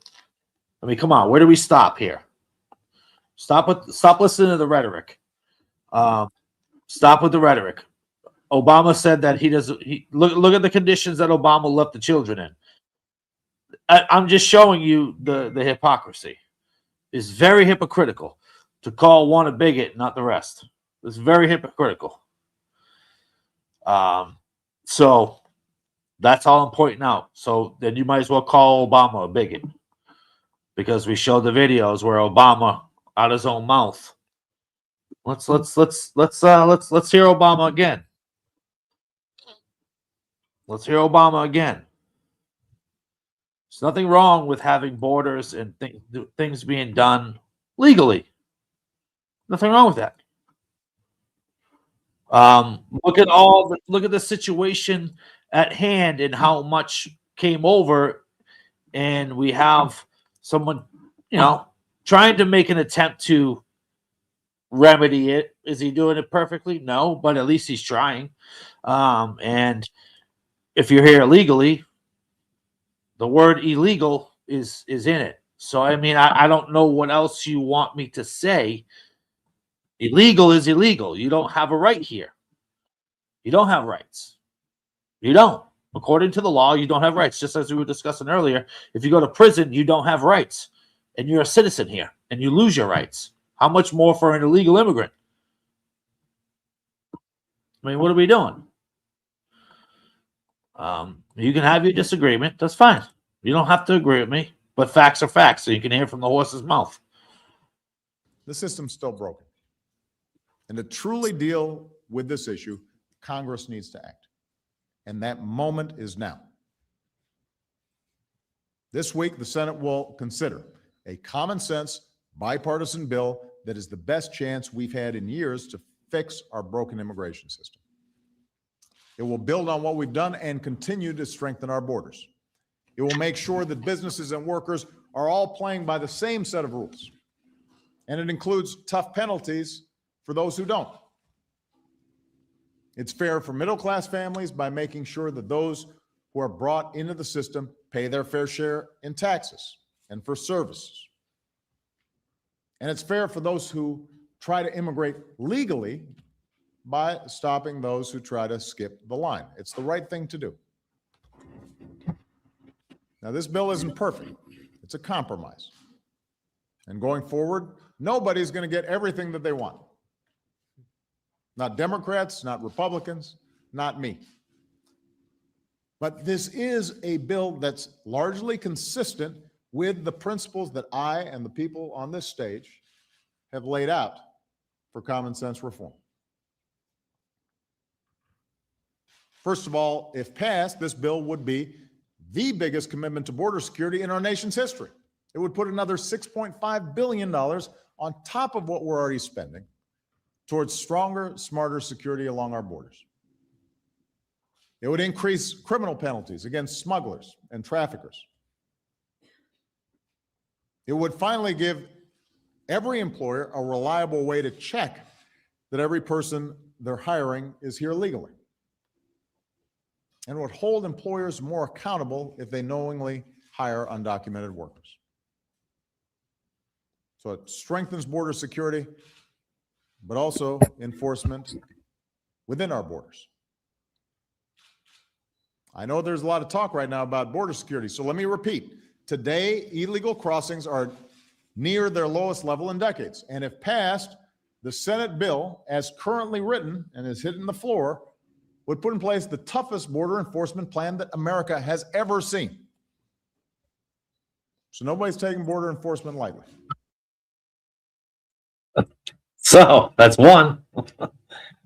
You want to hear good old Kamala? Kamala said you're not even welcome. You want to go down that route? I mean, come on. If that you want to call one person a bigot, might as well call the rest of them bigots. Oh man. That's what it is, man. That's what it is. You can't sugarcoat it.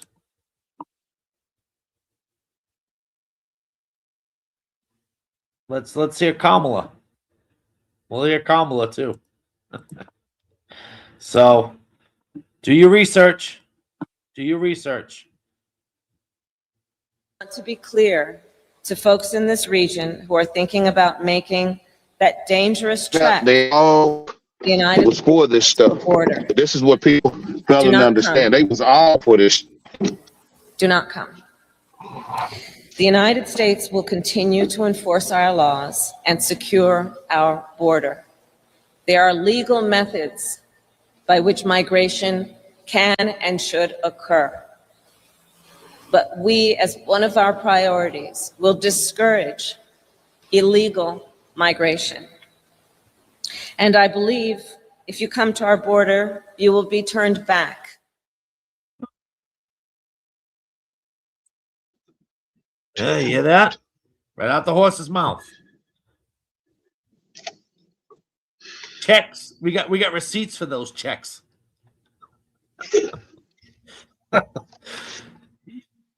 Stop listening to rhetoric and do the research yourself and come to a conclusion. That's why I'm here.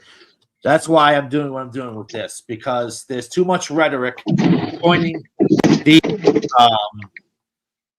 the finger at one and not at yourself at the same time, right? If you were doing the same thing and you're trying to call people out, that's a hypocrite, right? And as far as I'm concerned, I'm going to say it again. I don't think Donald Trump's racist. You have to give me proof. I don't want to hear And then Obama was doing the same thing he was doing at a higher rate.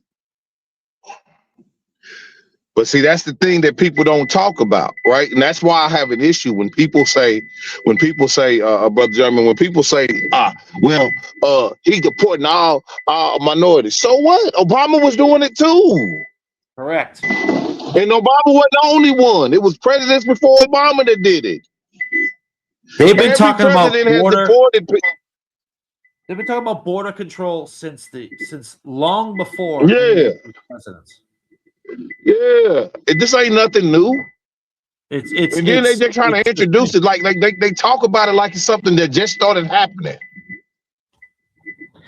And I showed a video of how those children were kept in cages under the Obama administration. Cages. Yeah. With silver blankets. Cages. Yeah, but they don't want to talk about that though. No, they don't. Don't want to talk about that. No, because it doesn't fit the narrative. You can't do that. You cannot do that. So you can't be. There's nothing honest about you if you ain't admitted. If you're choosing to ignore, and this is my problem when I talk to people that have a biased point of view, and that they honestly haven't done their homework. Like me and you, we have these conversations all the time. Correct. We agree about something, we disagree about stuff. But at the end of the day, I take enough time to do homework on stuff just like you do. Correct. Because that's the point of it. Study and research, and hopefully I'll be able to do this. I'm going to show in the next one. Hopefully, maybe Sunday. We'll see. But I want to show the difference between capitalism and socialism, because there's a rapid increase in people wanting socialism. And that clip that you heard, Mamdani and the other woman, is a glimpse into the future if you accept socialism, which will become communism. And you'll be really... Yeah, you ain't going to have no property rights. And then remember, I don't know what that day, when GOP was talking about it. And I was telling him that he's the father of socialism and communism. That's the same thing. They're twins. They're brother and sister. They lie in the same bed. When I was talking about Karl Marx. Oh man, that dude was awful. Yeah, he didn't believe in private land rights or none of that stuff. He didn't believe that you should own property or nothing, and especially if you was black and a slave. Yeah. So I mean, at the end of the day, capitalism is more beneficial for people, right? What you earn is what you get. Will always be. Now, are there going to be people who don't use it correctly? Of course. That's going to happen. Yeah. You're going to have people who are not good people and they just They sell garbage. I mean, it happens today. You can't stop people entirely from the best way. I say the best way for anybody to not be defrauded is to know what you're buying yourself. When you know what you're buying for yourself, guess what happens? You can't be duped and bamboozled. Yeah, I mean, and I agree with you. And but here's the thing, Kind of breaking up, Brother Ham. okay. Well, okay, yeah. So, well, I can't say that capitalism is a tool. People, there are people that always misuse it, just like socialism. Correct. Socialism is a tool. It's not a good tool. It's a dull. It's a dull sword. It'll never be sharp. But at the end of the day, it's a tool.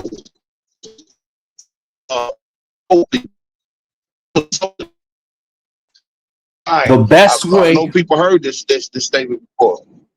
No, I mean, I'm just saying, socialism is based off of the bee community or the ant community, whereas they have a hive mind, and that's Correct. the problem with people thinking that that's okay. We don't all think alike. Correct. We may believe certain things. Yeah. We may believe certain things in common, but we don't always. We can be on the page about a whole bunch of things, but there are going to be things that you're going to disagree about. Yeah. The thing is, and that's the thing. It's better to equip someone to be successful rather than provide their every need. Think about your children. You want your children not to know how to do anything, and you have to do everything for their whole life, or do you want to teach them how to do it so they can be self-sufficient? You remember the old school saying that said that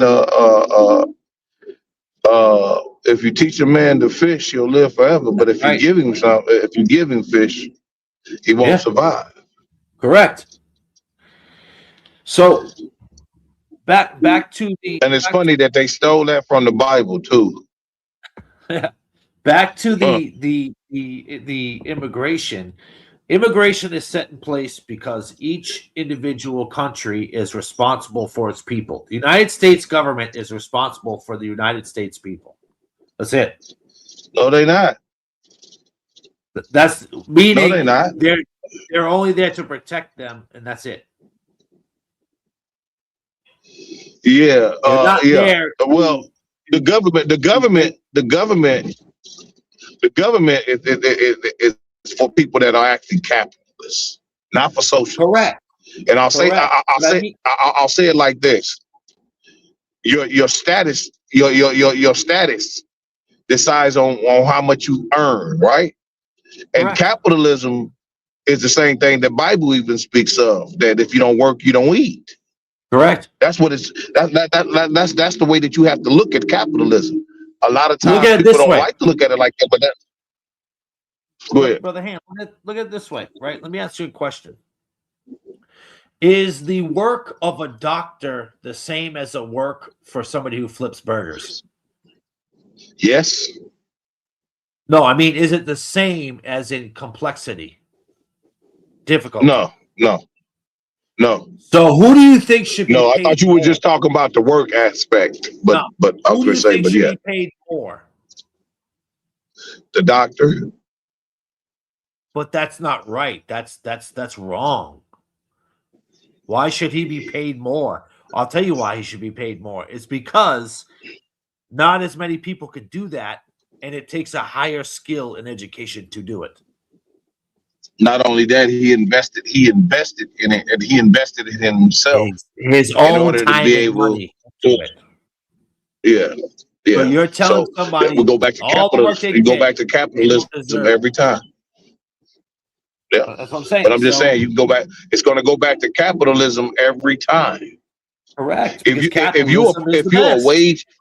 you're a wage earner, If you're a wage earner, it goes back to capitalism. If you're retired, it still goes back to capitalism because you earned the right to retire, and that is your money that you earned over the time that you work. Doesn't matter. Yeah, it doesn't matter if you get $3,000, $5,000, $6,000 a month or whatever. If you're getting it, that's because of capitalism, and you earn that. Correct. So, just like the laws and go back to my statement that gotta break it up, person and a lazy person. Yeah. I was just saying my statement that I always make. There's a difference between a poor person and a lazy person. A socialist is a lazy person. Is a poor person. And when I say a poor person, I mean a wage earner. Because like we was talking the last time, and I said that there's such a thing as a poor rich person. Yeah. He's poor in other ways. Yeah. Because somebody as a rich person might be worth 10 million, and another person might be worth 5 million, and another one might be worth 3 million, and another one might be worth 1 million, and then another might be worth 500,000. But the whole point of it is you have and that goes back to poor and poor and lazy. It's gonna always be the same. Yeah. Let me ask you a question, brother. So, yeah. Can you be an entrepreneur in a socialist country? No. But everybody wants to be an every dime entrepreneur. that because every dime that you earn, the government's going to take and distribute it to other people. You can't be an entrepreneur. You can't make a better life for your family. You have to take what they give just for yourself, even if you don't have family. Yeah, you got to take what they give you. That's a dictatorship. Yeah. By sheer definition, that's See, that's the part of socialism that people don't like to talk about. Like they literally rob you without a gun. Yep. That's what socialists will do. They'll rob you without a gun.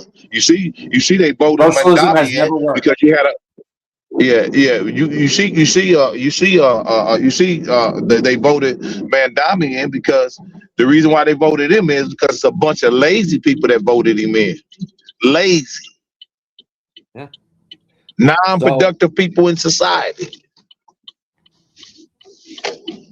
So at the end of the day, the immigration laws and ICE have a job to do, just as your police department has a job to do. They differ in jurisdiction in certain scenarios, but nevertheless, they have a purpose. It's to go after illegal immigrants, period. Illegal. If you're here illegally, you've broken the law, period. Well, I don't know why people fight so hard about it. You have broken a law. And it's a felony.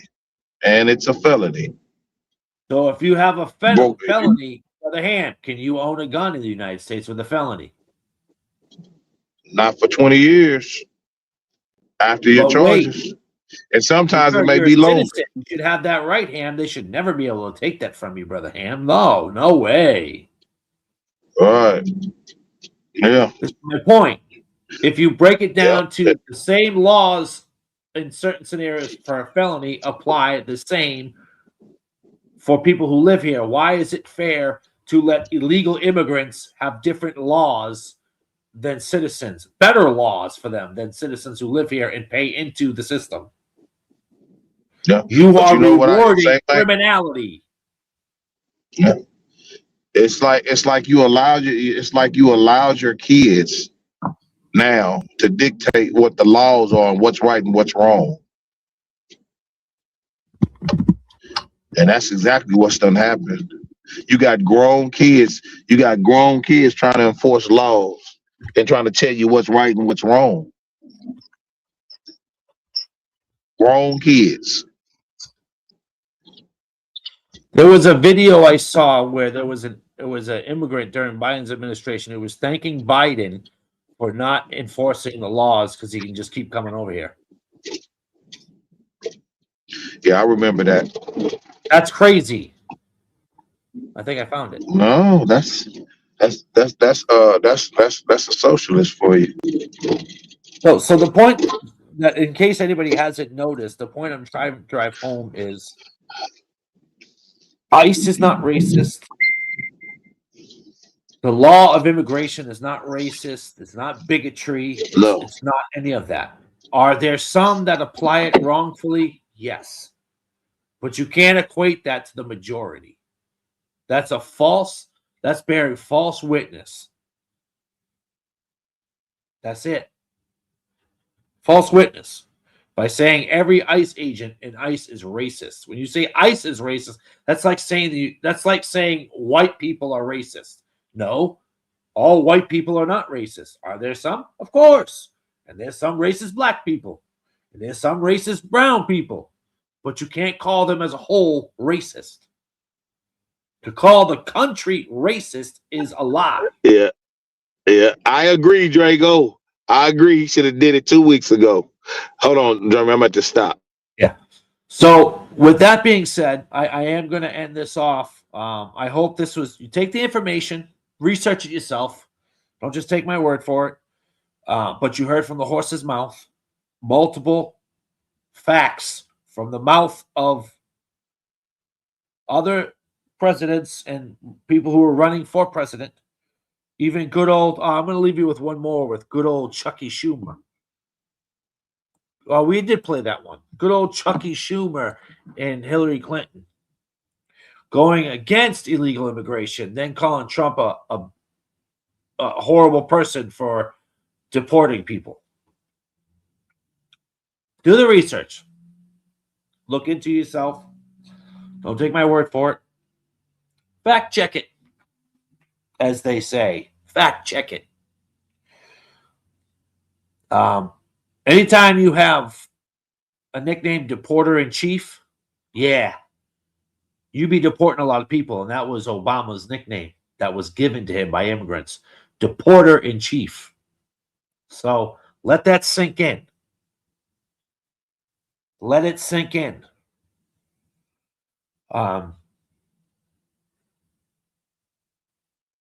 So, I mean, we got to be better about it. You got to be better about it, and you got to research it, and don't just believe the propaganda machine, aka the media, because they're going to sell you a little bit of fictional things here. That's exactly it. It's because Trump's doing it. That's why it's a problem, and that's why it's bigotry. You're absolutely right. If it wasn't Trump, it wouldn't be bigotry, as we saw. You didn't see protests and riots when Obama was doing it. You didn't see it when you didn't see it when anybody else was championing it. You didn't see any riots and protests. You didn't see that. Only because Trump's doing it, because they truly have Trump derangement syndrome. Because he doesn't say it the politically correct way. That's what the problem they have. They have a problem with how he relays the message, not the message itself. Well, if we follow after holiness and they say the same thing about Pastor Jennings, does it mean Pastor Jennings, the message he's speaking is wrong? He's delivering it harshly. He's not delivering it all hunky, like it's okay. No, he's hitting you. Trump's just delivering it in reality. This gotta stop. He's not politically correct. He doesn't have a tongue that's, nice sounding words. The message is correct. Illegal immigration is a problem. Fraud in Minnesota and many other countries is a problem. It's a problem. Your money is being stolen from. And when they ask a question, nobody will answer about the fraud. They'll just pivot away from the fraud and go back to so-called bigotry. Oh, you don't think so? All right, I got another video for you. Don't worry. This happened on good old CNN when the fella asked a question. He had a question, a reasonable question. And as soon as that reasonable question came, oh boy, they didn't want to answer the question. They never want to answer the question. They never want to answer it. They always want to dodge the question. Yep, they play a lot of dodgeball. So I want to play this here. And like I said, look for yourself. Wasn't in office and if he wasn't so obsessed with me. It is ironic that just last week he was on stage moments before I was attacked.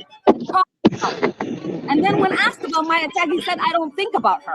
Does he not remember? Is he suffering from dementia? Simple question. Why is all this happening in Minneapolis? Why? Why has this become the domestic war zone? What is the reason? Is there a specific area that has caused this? According to Trump, it's because they're going after fraud. But again, could there be fraud, Abby? Maybe. Minneapolis is What about that having fraud? jails What about that don't fraud? let ICE. This is all a distraction. Kevin O'Leary is the only one that makes sense on this panel. He's the only person in this entire panel that is talking sense. He is sitting there with a bunch of panelists, and he is asking the very simple question, the most simplest question in the world. Where is my money? I'm a taxpayer. If there's fraud, I want my money back. Let's check out this clip. Simple question. Why is all this happening in Minneapolis? Why? Why has this become the domestic war zone? What is the reason?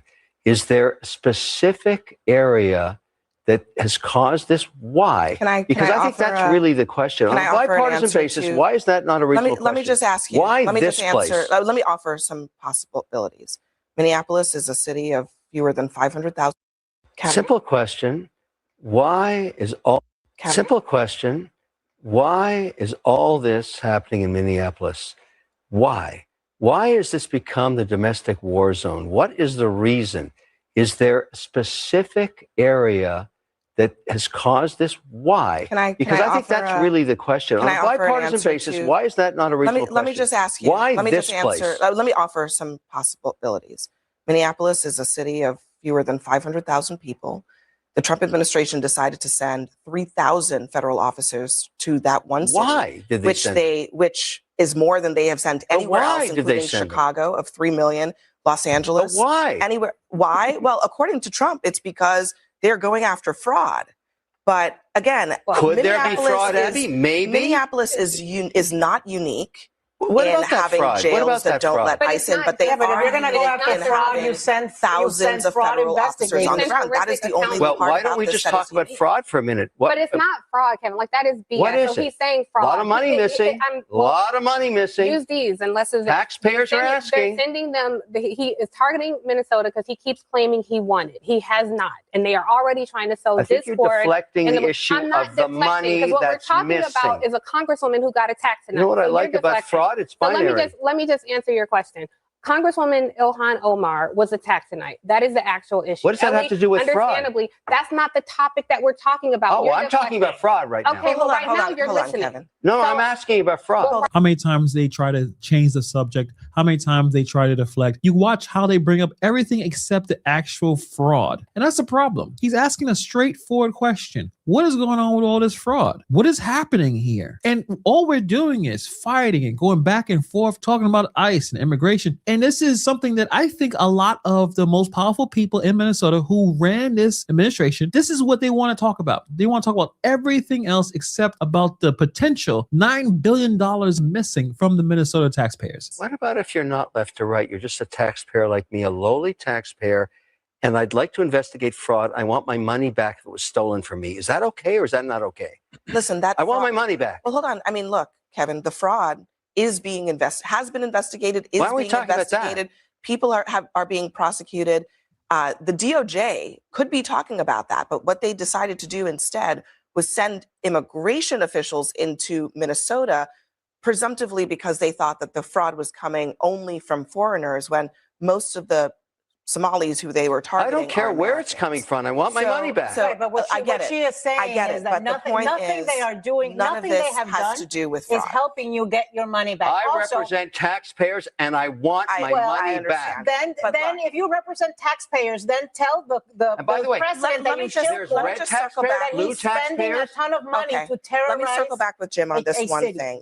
So you see right there, they don't want to talk about it. You heard that line? It's being investigated. That's what Tim Wall says. That's what Jacob Fry says. That's what Ilhan Omar says. It's being investigated. As if saying those three words makes the question go away. But Kevin keeps pushing, asking the right question. Why is this happening in Minneapolis? Why has this become a domestic war zone? And you see the deflection. They want to talk about Trump. They want to start talking about how he claimed he won Minnesota. They want to start talking about immigration situations. They want to bring up Ilhan Omar getting attacked last night, which was really weird. I mean, if I got sprayed with any kind of chemical, first of all, I would like to put my hands on the person who did that. But if I'm actually a representative of Congress like Ilhan Omar, I'm immediately taking off everything. Everything's getting burnt. I'm not keeping those clothes. If I have glasses, the glasses are all, everything is going to be thrown away in the trash. She stood there to complete the speech. That's why many of you believe the whole thing was staged. But the whole situation here, the people who are in charge, and especially people who are running these kind of news networks, they want to bring up everything except the fraud. That's the strategy. Here's what's happening in Minnesota right now. There's billions of dollars missing, potential up to $9 billion in fraud across multiple programs. The Feeding Our Future fraud alone was $250,000. That's $250 million meant to feed hungry children, end up buying mansions and nice shopping sprees and cars. But what's over the news right now is the Fed raids, the protests, the violence in the streets, people dying, Ilhan Omar supposedly getting attacked by apple cider vinegar. And look, I'm glad that she's okay. This type of thing should not be happening. But the timing is interesting because now the conversation isn't about fraud anymore. It's about the whole idea of attacking a representative of the Congress. It's about targeting the Somali community, even though we had a Somali person being arrested after lying about how she was apprehended by ICE agents. Nasra Ahmed, and that's the same woman who they paraded out in front of us in this clip right here. She put the Band-Aid on her head and she said, I got attacked by ICE agents. Turns out, it seems like she was doing the attacking because we've got the actual footage now from the security cameras that are slowed down and show her hawking loogies at the agents. So she's just a liar who can't even hardly speak and explain her culture. So here you can see, right, what's going on. Let's zoom in on this puppy and somebody's reporting this. 23 years old from St. Paul. Look at that guy. That is a loogie to the face. That is a direct assault, man. This whole thing is going too far at this point. So you see how this works. When Kevin O'Leary wants to hear about the fraud, they immediately pivot to something else. Well, Trump sent 3,000 officers to a city of 500,000 people. He's targeting them because he thinks he won Minnesota. Okay, but what about the fraud? What about the billions of dollars missing? The actual issue here. Here's the questions many people want to know. I think a lot of Minnesota taxpayers should be demanding answers to. Ilhan Omar, how did your net worth go from the negative to $30 million in 7 years? Your husband's winery went from $50,000 to $5 million in 1 year with a disconnected phone number and a website that doesn't work. Your husband's venture capital firm, it went from $1,000 to $25 million in 1 year, claims to manage $60 billion in assets, but no one on Wall Street has never heard of your husband. I bet you Kevin O'Leary never heard of this person. No one knows who Tim Wynette is in the venture capital world. So where did all this money come from? Why are there daycares all over Minnesota with no children in them? Multiple people visiting these facilities with no kids, empty buildings, but they're billing the state for millions of dollars in childcare services. Why did the man that was the owner of the Safari restaurant where Ilhan Omar held her 2018 victory party get convicted of stealing $12 million? This is not some random restaurant owner. This was someone who worked on her campaigns, someone who knew her personally, someone that she was on the video praising in 2020, talking about how much meals Safari restaurant was providing. All those meals were fake, phantom meals, ghost meals, and now he's convicted. So when did she really know this was happening? Here's why all this chaos matters, and I think it does help Ilhan Omar in one aspect, because if this ever goes to trial, Omar or someone connected to her ever faces charges, they will need public sympathy. They will need people to believe that she's being prosecuted. They need the narrative to be Trump is targeting her because she's Somali, because she's Muslim, because she stands up to them. Or she might have known about or benefited from the largest fraud scheme in pandemic history. That's why every question about fraud gets answered with, well, the federal government is racist, they're targeting immigrants, look at the violence. It's a sympathy play. It's setting up reasonable doubt. It's making sure that when the people here investigate investigated into Ilhan Omar, they think political persecution instead of where did the money go? And I believe it's working because instead of talking about the $9 billion in fraud, we're talking about ICE enforcement. We're talking about all the other things that's going on. I'm not saying those things are not important. The whole reason why there's such a surge is happening here because the amount of corruption and stolen money that has been alleged from the state of Minnesota, that's why so much attention is there. It's because of the fraud. Where is the money? I'm a taxpayer. You're a taxpayer. We all work hard. We all pay our taxes. And billions of dollars, money that was supposed to help feed hungry kids, help disabled children, support families, that money got stolen. And when we talk about it, we're getting told it's being investigated. Also, stop being a racist. Also, look at all the violence. Oh, someone sprayed Ilhan Omar with apple cider vinegar. We're not going to be doing that. We're not going to be distracted on this channel. We want answers. We want to know, Ilhan Omar, how did your net worth go to $30 million? Where did that money come from? What's going on with your husband's businesses? What's going on with the people that you knew that helped you with your campaign? Why all those people are getting convicted of fraud? These are basic accountability questions. But let me know what you guys think about this story in the comments below. Thank you. Now, I enjoyed that fella. Now, that's a fact check among fact checks. So, really, what's the problem? Yeah, they trying to hide that fraud. You want to talk about Donald Trump's circle? Let's talk about the circle of that gentleman just brought up, who got convicted of $12 million in fraud for not supplying meals that he supposedly supplied. What about that? You don't want to talk about that. No, you're right. Keep talking about racism. Hey, brother Jeremy, I'm gonna go ahead and get out of here, brother.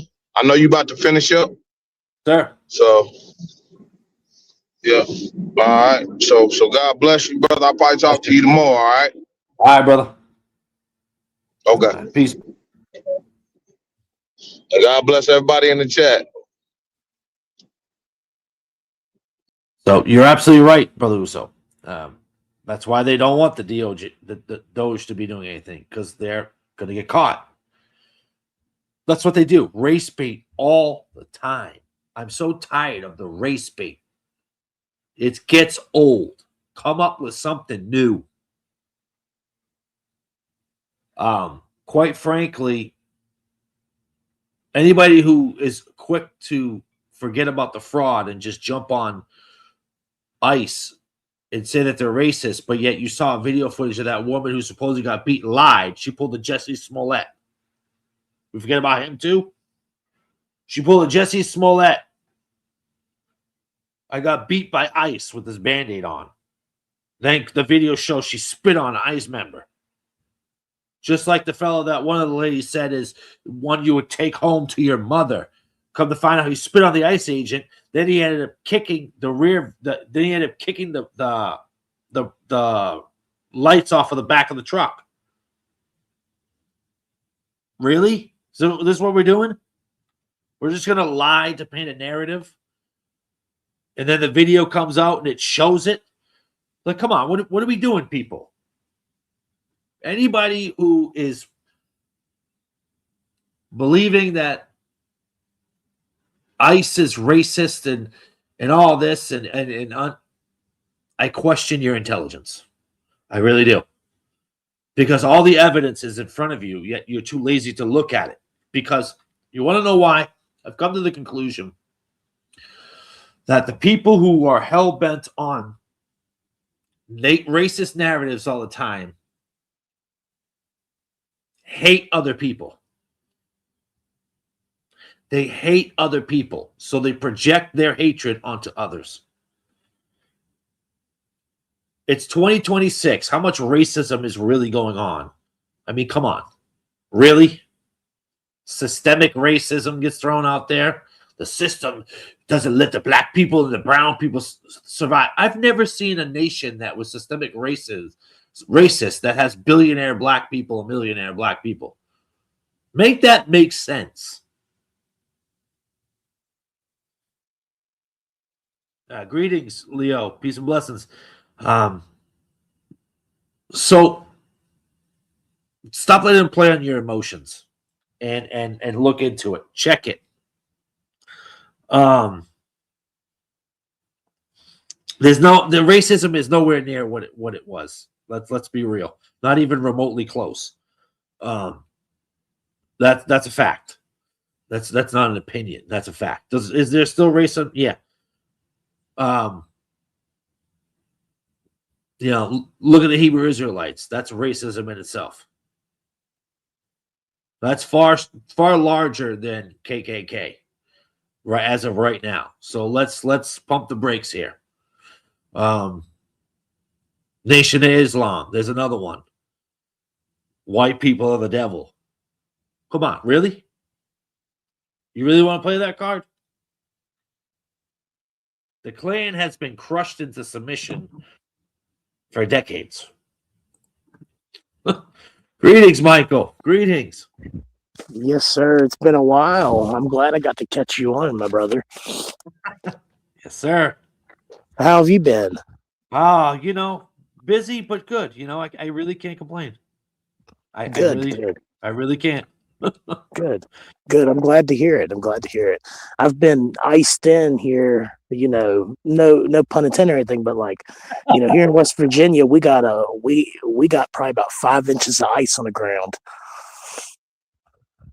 Yeah, it's bad. We got the 2 feet of snow, and we're gonna get another storm Sunday. So Yeah. I'd heard that there was going to be one. The weatherman I've been watching's been calling it a snow cane.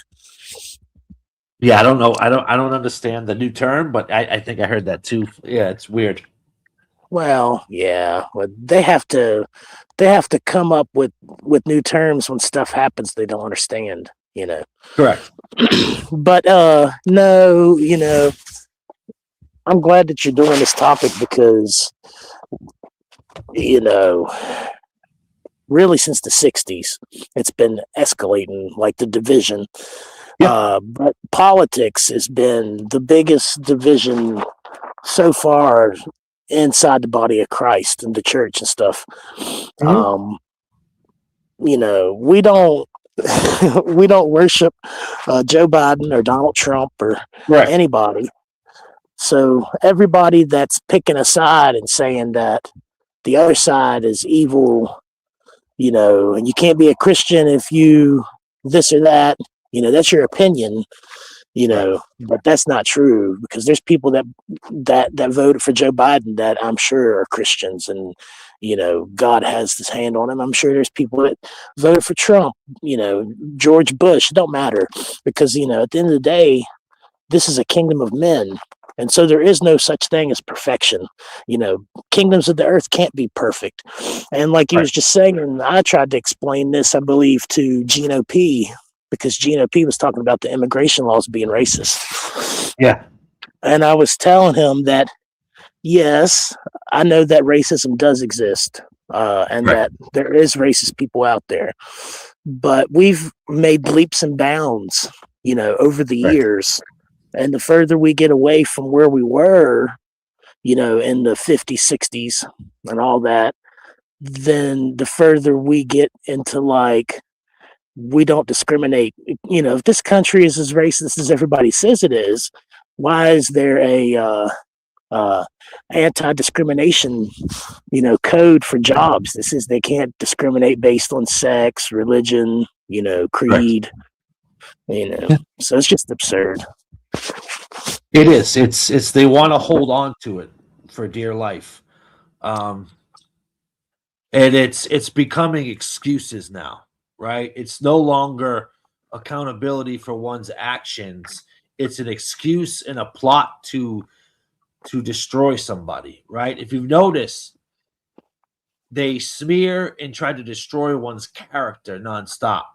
And every time they get in or they try to get in, they say that they have to fix the problems of the last ones.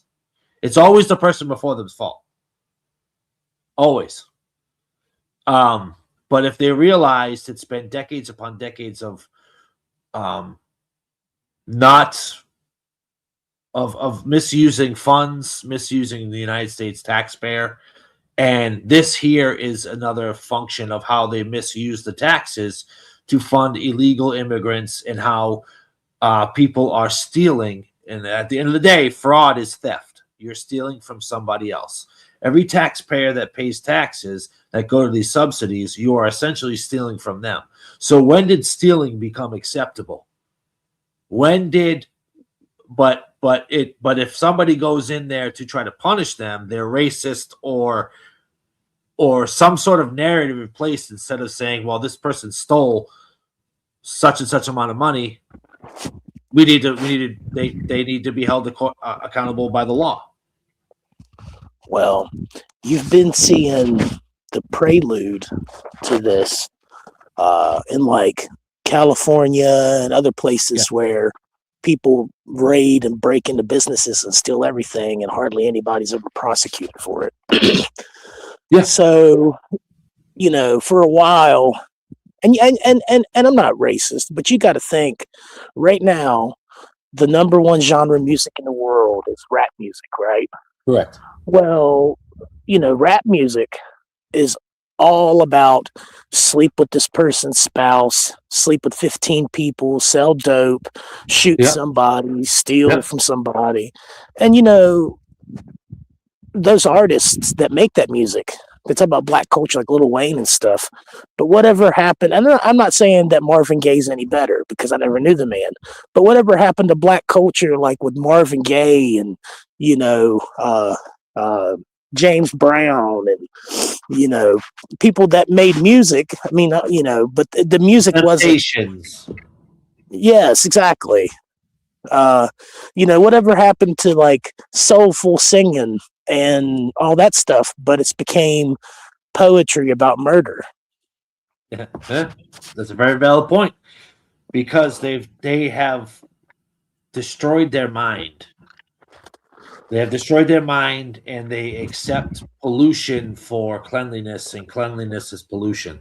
Or as the scriptures say, they call good evil and evil good, right? Well, that's how you know that we're in the end. Sorry, excuse me. So I mean, at the end of the day, this is why I wanted to say this. This is why I phrased this way, and this is why I played multiple videos of Barack Obama, Hillary Clinton, Chuck Schumer, Joe Biden, Kamala Harris, all saying the same thing about immigration. Bill Clinton, but they weren't called bigots, or they weren't called wicked people for deporting. And Obama even said that the children can't stay. And then I showed videos of the children being in cages. But nobody says anything about Obama being a bigot and hating immigrants. Because he was a darker skin color. You couldn't speak against that. Yeah, because and I know that this is like not necessarily a valid point, but I've heard this point before. How come it is that every group, and I don't support white supremacy by no means. Correct. Correct. But how come that people can have all Hispanic churches and all black churches and all, you know, Ethiopian, whatever, but if a white people have an all white church, it's automatically the Klan? Because people, they use it. I'm convinced that not everybody, because I can't say everybody, but a lot of people use it to get a leg up in society. They use it to get an advancement or to prevent something from happening. Everything's race. Everything is, you know, the white man this, the white man that. Quite frankly, I'm not going to feed into that negativeness. I'm going to treat each individual case as that is the individual case. I'm not going to blanket and say that, you know, this is all due to one group. It's ignorant. It's an ignorant thought and an ignorant to say that, right? It's very ignorant. It's very it shows lack of intelligence. Right? Well, and it shows lack of accountability, because a person that goes around saying that their problem is because of everyone else or someone else, whether they're saying it's a white man or whatever, it doesn't matter. The same principle applies. Anybody that blames all their problems on someone else, they're not taking accountability, because they could change their situation. They live in America. You know, they don't live in Iran or, you know, North Korea. or anything like that, so, it is kind of like a victim mentality. But, to be fair, there was some racism in the beginning and there was segregation. And I know that some of the older generation that was around, I know they was probably hurt by that. And, my heart goes out to all the people affected by that and everything. Right. But, in order for us to move forward, we gotta let old wounds heal and stop licking them. They got to heal on their own. Correct. Nobody would even be talking about race. Okay, so I'm best friends with the Jamaican guy, and I was telling him before, I was like, we wouldn't even know the difference between white and black if somebody wasn't always saying white this, black that, because we're all just people. It doesn't really matter. Correct. Because at the end of the day, there's rules and regulations. You can either succeed at something or fail at something. That's it. What you do with your time, what you do, what effort you put into it is going to dictate your success. That's just it. How much time do you put into what is important, right? You can get mad because somebody is more well off than you, but instead of getting mad, why don't you ask, what did that person do to get there? How can I do that? It's a different mindset versus that person shouldn't have this. That's not right. Not only that. Fair. Well, not only that. That first off, that's coveting. Correct. But secondly, it says in the Bible that God supplies your needs. So if God sees it fit that you're successful and you're rich because you're going to manage your money responsibly, then you'll have that. But if you can't handle having money without losing your soul, God wouldn't suffer one of his children to lose their soul over money. Correct. I mean, that's really what it boils down to, no doubt. But for the people who I had to shed light on this particular topic simply because of the false narrative, and I don't want to see people duped and fooled and tricked by, I call it the propaganda machine, because that's what it does, is it spits out propaganda to keep you divided and keep you paying attention to the wrong things, right? That's what it's designed to do. That's their sole care. And that's just what it is. So, I mean, people are going to be mad about it. People are going to have their opinion, and that's fine. But all I ask is that if anybody watches this, look at the clips that I showed. Look at the actual data that I showed on the job description of ICE agents, and do more research for yourself. That's all I can ask for. And I say, don't take my word for it. Look for it yourself. Well, one of the biggest problems is that you got two and whole entire groups of people that are getting opposite information from each other, that conflict each other. Yeah. And then you're getting basically two sides of people together that are saying two different things.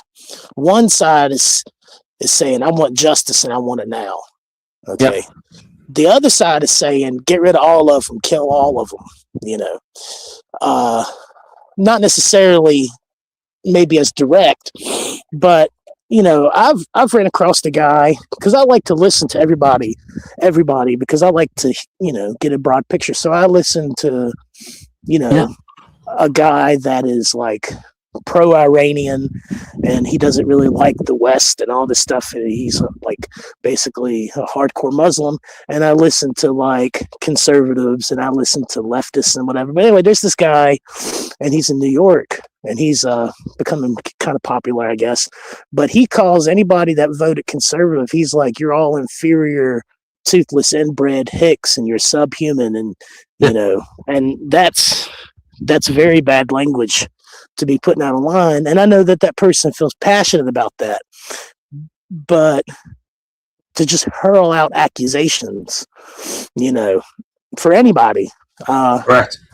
You got to be careful with what you say, because God said, be holy in all manner of communication, right? Yep. Well, I know that somebody going to jail or something is what people call justice. And I know that it seems like it's a type of justice.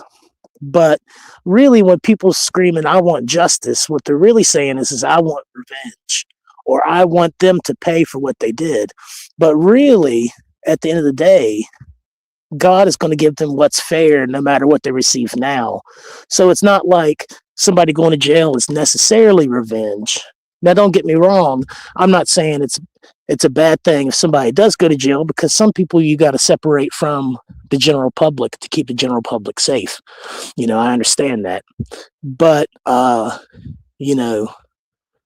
me, it's always seemed that way. Like when you think about how they had public hangings and stuff in the old days and everything, those are people that's bloodthirsty and they want to watch somebody pay for something. But we all got to realize that we can't be so quick to look at people like that, no matter how innocent or guilty they are, because you're guilty too, and you deserve to die, So, yeah, well, I don't believe in the death penalty whatsoever. So, right. But I do believe that if you, and the scriptures say the law is made for the lawless, right? Right. If you break the rules of that law, you should have there's a penalty to pay, because that's why the law is there, for a reason.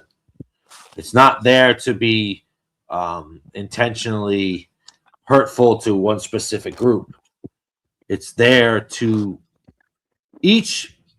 I did a show, and I showed the difference between immigration laws and here, and like immigration in general from here compared to like Mexico, Dominican Republic. I think it was one of the European countries, and this country by far has the most welcoming immigration out of all of them. And I think 2 or 3 of them, you don't even have a right to vote if you're not born there or related to somebody born there. You don't have a right.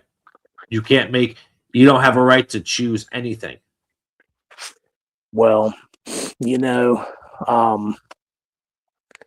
sure that this country and society has issues. All of them do, right? Correct. But like you said, by far, this is the most physically free place you can live in. And we've been sitting so long on top of the hill that we've kind of take for granted everything that we have, and we've become a nation of complainers. So, I feel like at some point we'll have to be humbled if we don't stop, because the Lord said that if my people who are called by my name humble myself and seek my face, I will pity the people and heal my land. So, you can't be humble if you're always whining about what you don't have, or how unfair something is, or, the fact that somebody's got a car that you don't have, or whatever. It doesn't matter. Be grateful for what you have. And I don't care if it's a house that has, a hole in the roof and a busted plumbing, as long as it's a house that's keeping you, sheltered for the most part, because you got to think, you could have absolutely nothing. You could be like one of those people in Iran. You could be like one of those people in Iran that's given up their life to try and liberate their country. You could be the Christian in Nigeria that is being persecuted by Boko Haram, but you're not. You're blessed to be here. So, everybody counts their losses, but start counting your blessings. Correct. I agree with that. Be thankful for what you have, because I always say it can always be worse. Absolutely. We've got this attitude of we're untouchable and we're king of the crop, and the illusion is going to be pulled down in a bad way, and I don't think people are ready for that, because where this is heading. So right now, is that if this don't stop all this fighting over every political move that's made by the administration, it's going to be a civil war. And then when we start fighting each other, all of the BRICS nations are going to be like, oh, they're fighting each other. And then they're going to launch what they're going to launch. And it's just not going to be good because, we start fighting each other. You got to think about how much chaos will happen because we're basically the police of the earth. I know a lot of people don't like that, and right or wrong, whatever. But America's been good peacekeepers. We've had problems, we've had issues, we've had corruption, yes, but at large, the world has been a much better place since we've been founded. There's no denying that. I don't think anyone can say that there's been a better time in history, because there hasn't. But if we're not there to protect Israel, if we're not there to help NATO, if we're not there to do whatever, them other countries are not going to wait a second, because they've been chomping at the bit. They've been hungry, developing. There's a lot of propaganda saying, that their economies aren't really, doing so good or this or that, but that's propaganda because it's not like those countries are like Europe. Those countries don't share intimate details with the United States because they're not friends. Right. But anyway, we have to have propaganda because if we didn't, people would lose morale and all this stuff. Because, you look at everything made in the world, it says made in China. Not everything, but daggum well. Now, and if America, like they say, it's the most richest and powerful nation in the world. Okay, so if America, by their standards, is the richest and most powerful nation in the world, how come America, the richest, most powerful nation in the world, is in so many trillions of dollars of debt? And if that's the case and you believe we're the richest and strongest in the world and we're in debt, what does it say about the rest of the world? Yeah, no, that's factual. There's a lot of different ways you can really dissect this. That in itself, explaining the debt and the reality of the country's financial status, there's a lot of factors that have made it decline over the years, right? Lots of the ways. But I've been slowly touching certain sections and areas of why it is the way it is and the difference between socialism and capitalism. Big difference. But here the narrative that's being pushed, I'm firmly against, as far as the bigotry and the racism, quote unquote, and that ICE is not supposed to be doing what they're doing. I read exactly what it said on the actual governmental website, ICE's function. It was started in 2003 after the 9/11. That's why it started, right? And its sole function is to not work the border, but work inside of the border in the interior to get all of the illegals and criminals out. That's its job. That was the sole creation and purpose for ICE. So it's doing what ICE was designed to do. Are there scenarios where things happen? Of course. But let's not neglect the fact of the destruction and spitting on of ICE agents and the destruction of property, as well as trying to run an ICE agent over. Everybody's saying this woman got shot.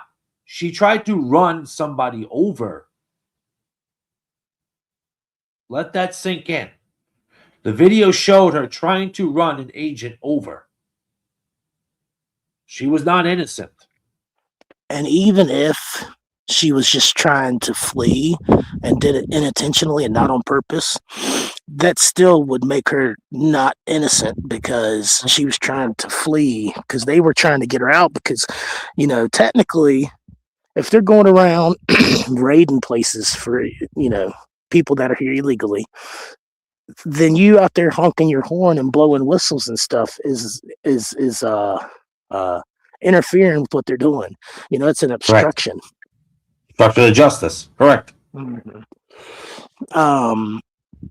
Now, I know that a lot of people, you know, a lot of people feel very strongly about it, but you know, and everybody says that asylum seekers, you know, shouldn't be whatever, but asylum seekers, they come here legally to a port of entry. They don't fill out their paperwork in time, then they're illegal. Like if their time expires on it, then they're no longer a legal resident or able to be a legal resident. So you can't say asylum seekers is different, you know.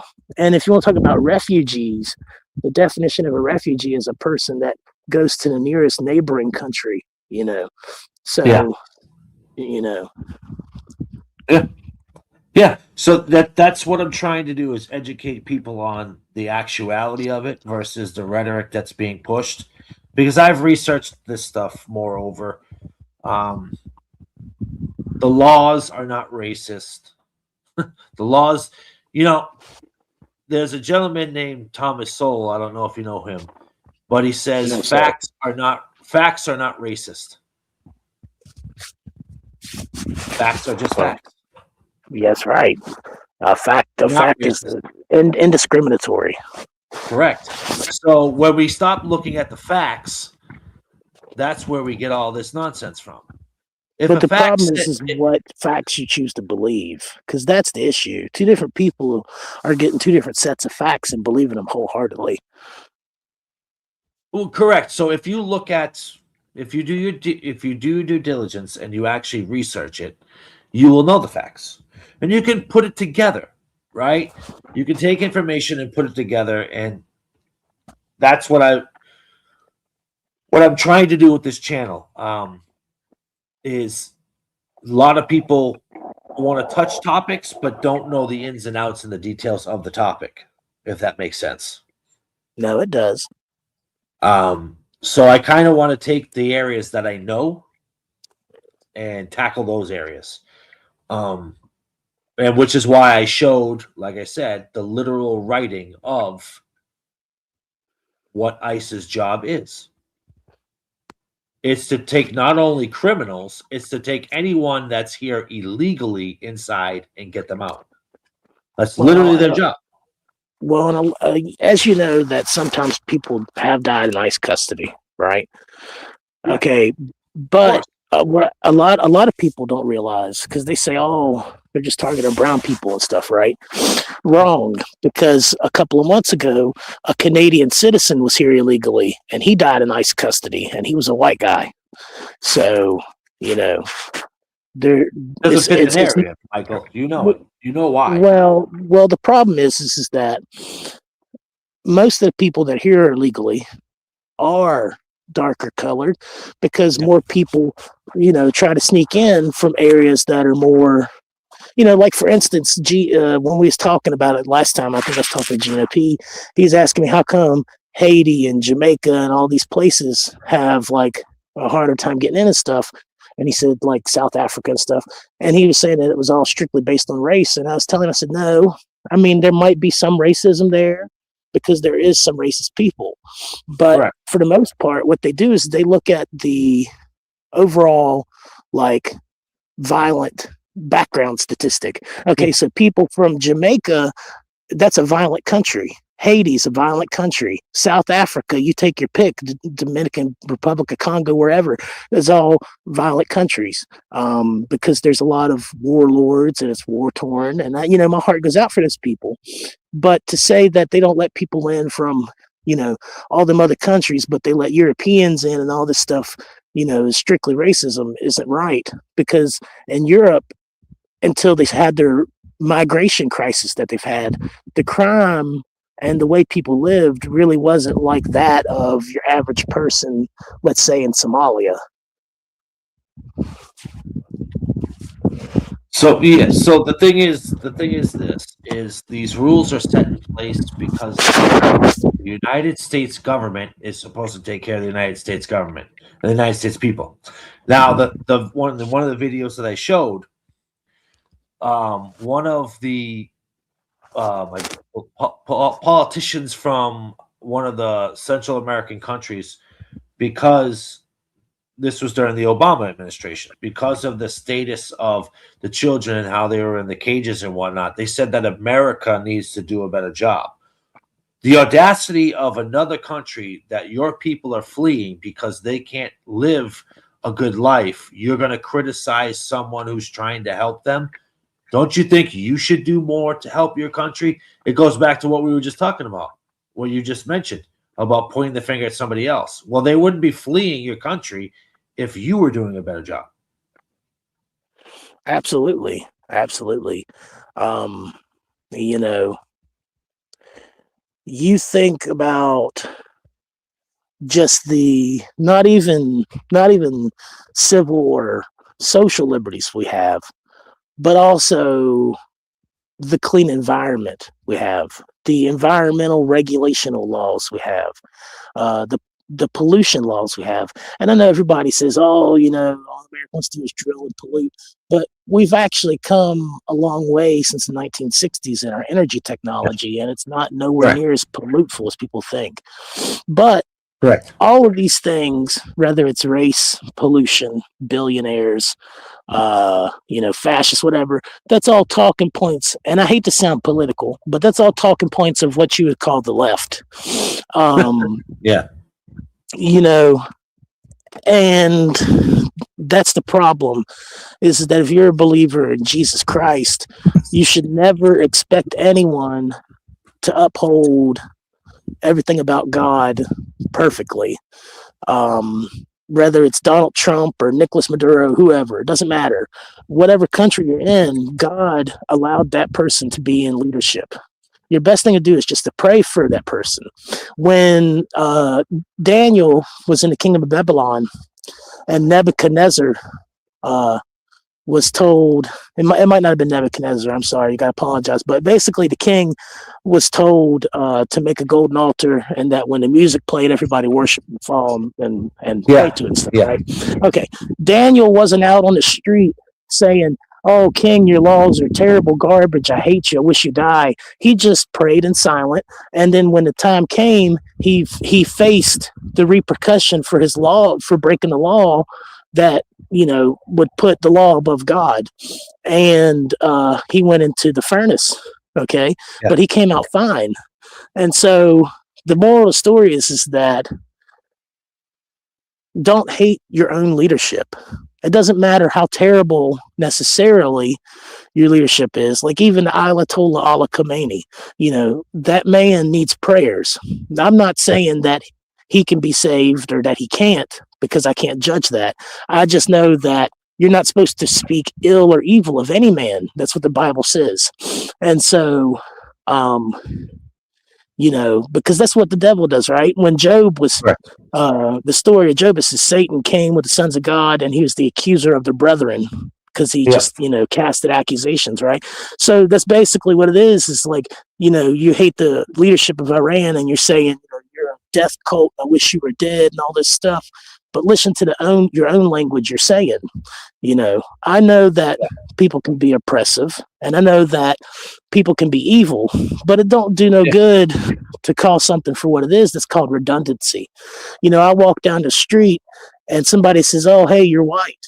That don't happen. Nobody just says, oh, hey, you're a white guy. They just see that I'm white. Right. You know, you don't need to speak on it. But that's the problem. You see an evil, and I know that people want to expose evil and all this stuff, but you got to remember all of the times that God didn't expose your sin to everybody, you know. So it's not necessarily your job to expose sin. It's your job to stand against it. But if you, and I'm not saying it's a bad thing to expose sin, but I'm saying if you get too deep in that rabbit hole, then you'll just become obsessed with that, and it'll take your soul. No, I agree with that. So there's a video I think you might find interesting, and it's from the gentleman Thomas Sowell. I want to play a little bit and let me know what you think on what some of the things he says. Okay. One person I'd never met introduced himself to me and said that when he saw our guest today on an earlier episode of this program, he felt he was seeing a man who knew how to think. Dr. Thomas Sowell on Uncommon Knowledge now.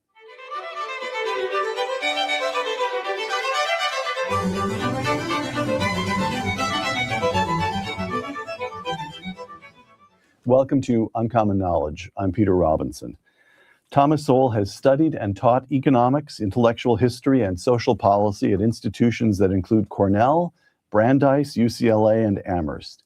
Now a senior fellow at the Hoover Institution, Dr. Sowell has published more than a dozen books, including the classic A Conflict of Visions. Coming soon, a revised edition of his most recent volume, Discrimination and Disparities. Tom Sowell, welcome. Thank you. You grew up in Harlem, dropped out of high school to join the Marine Corps during the Korean War, received an undergraduate degree from Harvard, a master's from Columbia, and your doctorate from the University of Chicago. All of which pales by comparison with the fact that you once tried out for the Brooklyn Dodgers. But during this period, from Harlem to the University of Chicago, throughout your 20s, you've said, you spent most of the decade of your 20s as a Marxist. Yes.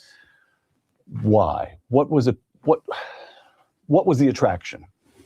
Well, I guess I first was very puzzled. See, there's one little correction I would make. At age 16, I was a dropout, high school dropout. And I went to work full time as a Western Union messenger.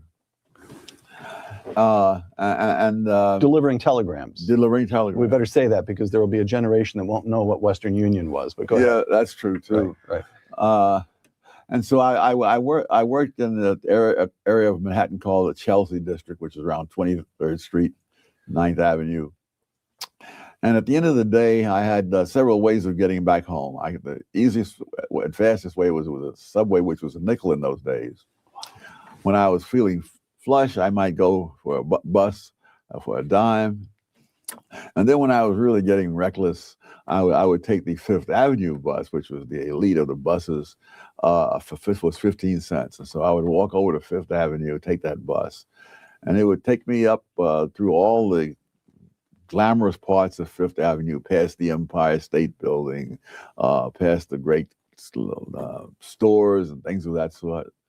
And then on 57th Street, it would turn, and this is just the elite part of town. Sure, right there where the park starts. Yes, and then this park starts at 59th. Oh, sorry. 57th, I would turn over, again, the same kind of scene, past Carnegie Hall, right, Columbus Circle. There was no Trump Tower at that time. And on up to about 72nd Street, and go out to Fifth Avenue, out to Riverside Drive, which is another elite area. So for miles after that, you'd have all these wonderful luxury apartment buildings and so on. And finally, around 129th or 30th Street, it would go on a long viaduct. And then he would do a right turn back into the occupied area, and there you'd see the tenements. And I would wonder, why is this? I mean, why this huge disparity? And there was nobody else. There was no other explanation around. There was nothing. There was nothing there other than Marxism. I stumbled across. I had not read Marx. But I bought a secondhand set of encyclopedias, small set, for some ridiculously low price. And I looked up Karl Marx. I'd heard the name, and the stuff that he said seemed to make sense. And then later on, I would get more and more into it. The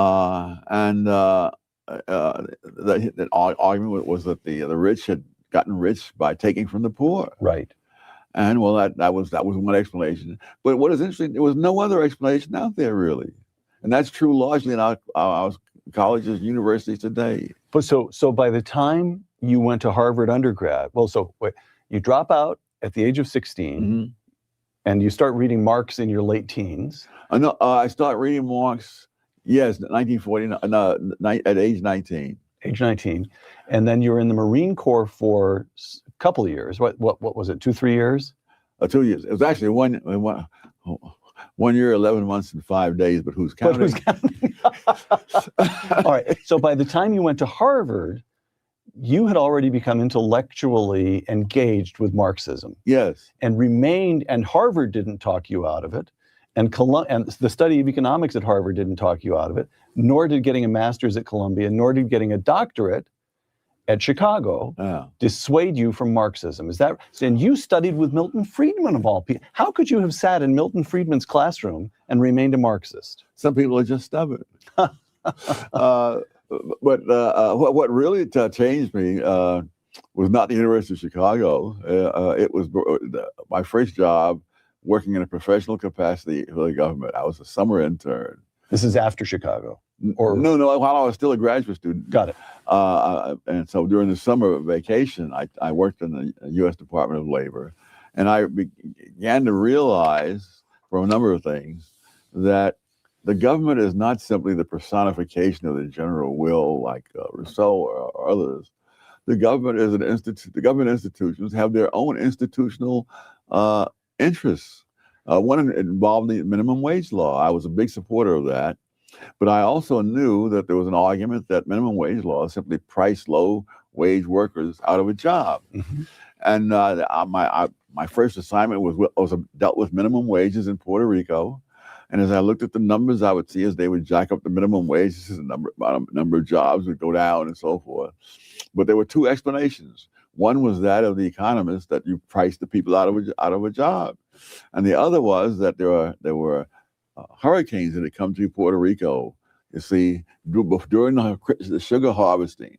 And therefore, and I was studying the sugar industry, and therefore it destroyed a lot of the crop. Therefore, you wouldn't hire as many workers.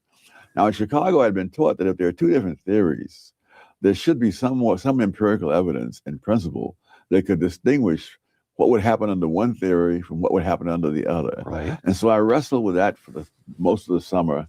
Hey, brother, do you mind pause this for a second? Got it. Well, we need a date. I'm sorry. I got to go. My daughter's in there screaming, crying. She must have woke up. All right, man. Thank you for tuning in. And, I hope she's all right. And I hope everything goes well for you. Yes, sir. Thank you. God bless you. I wish you were in Christ. Yes, sir. Peace.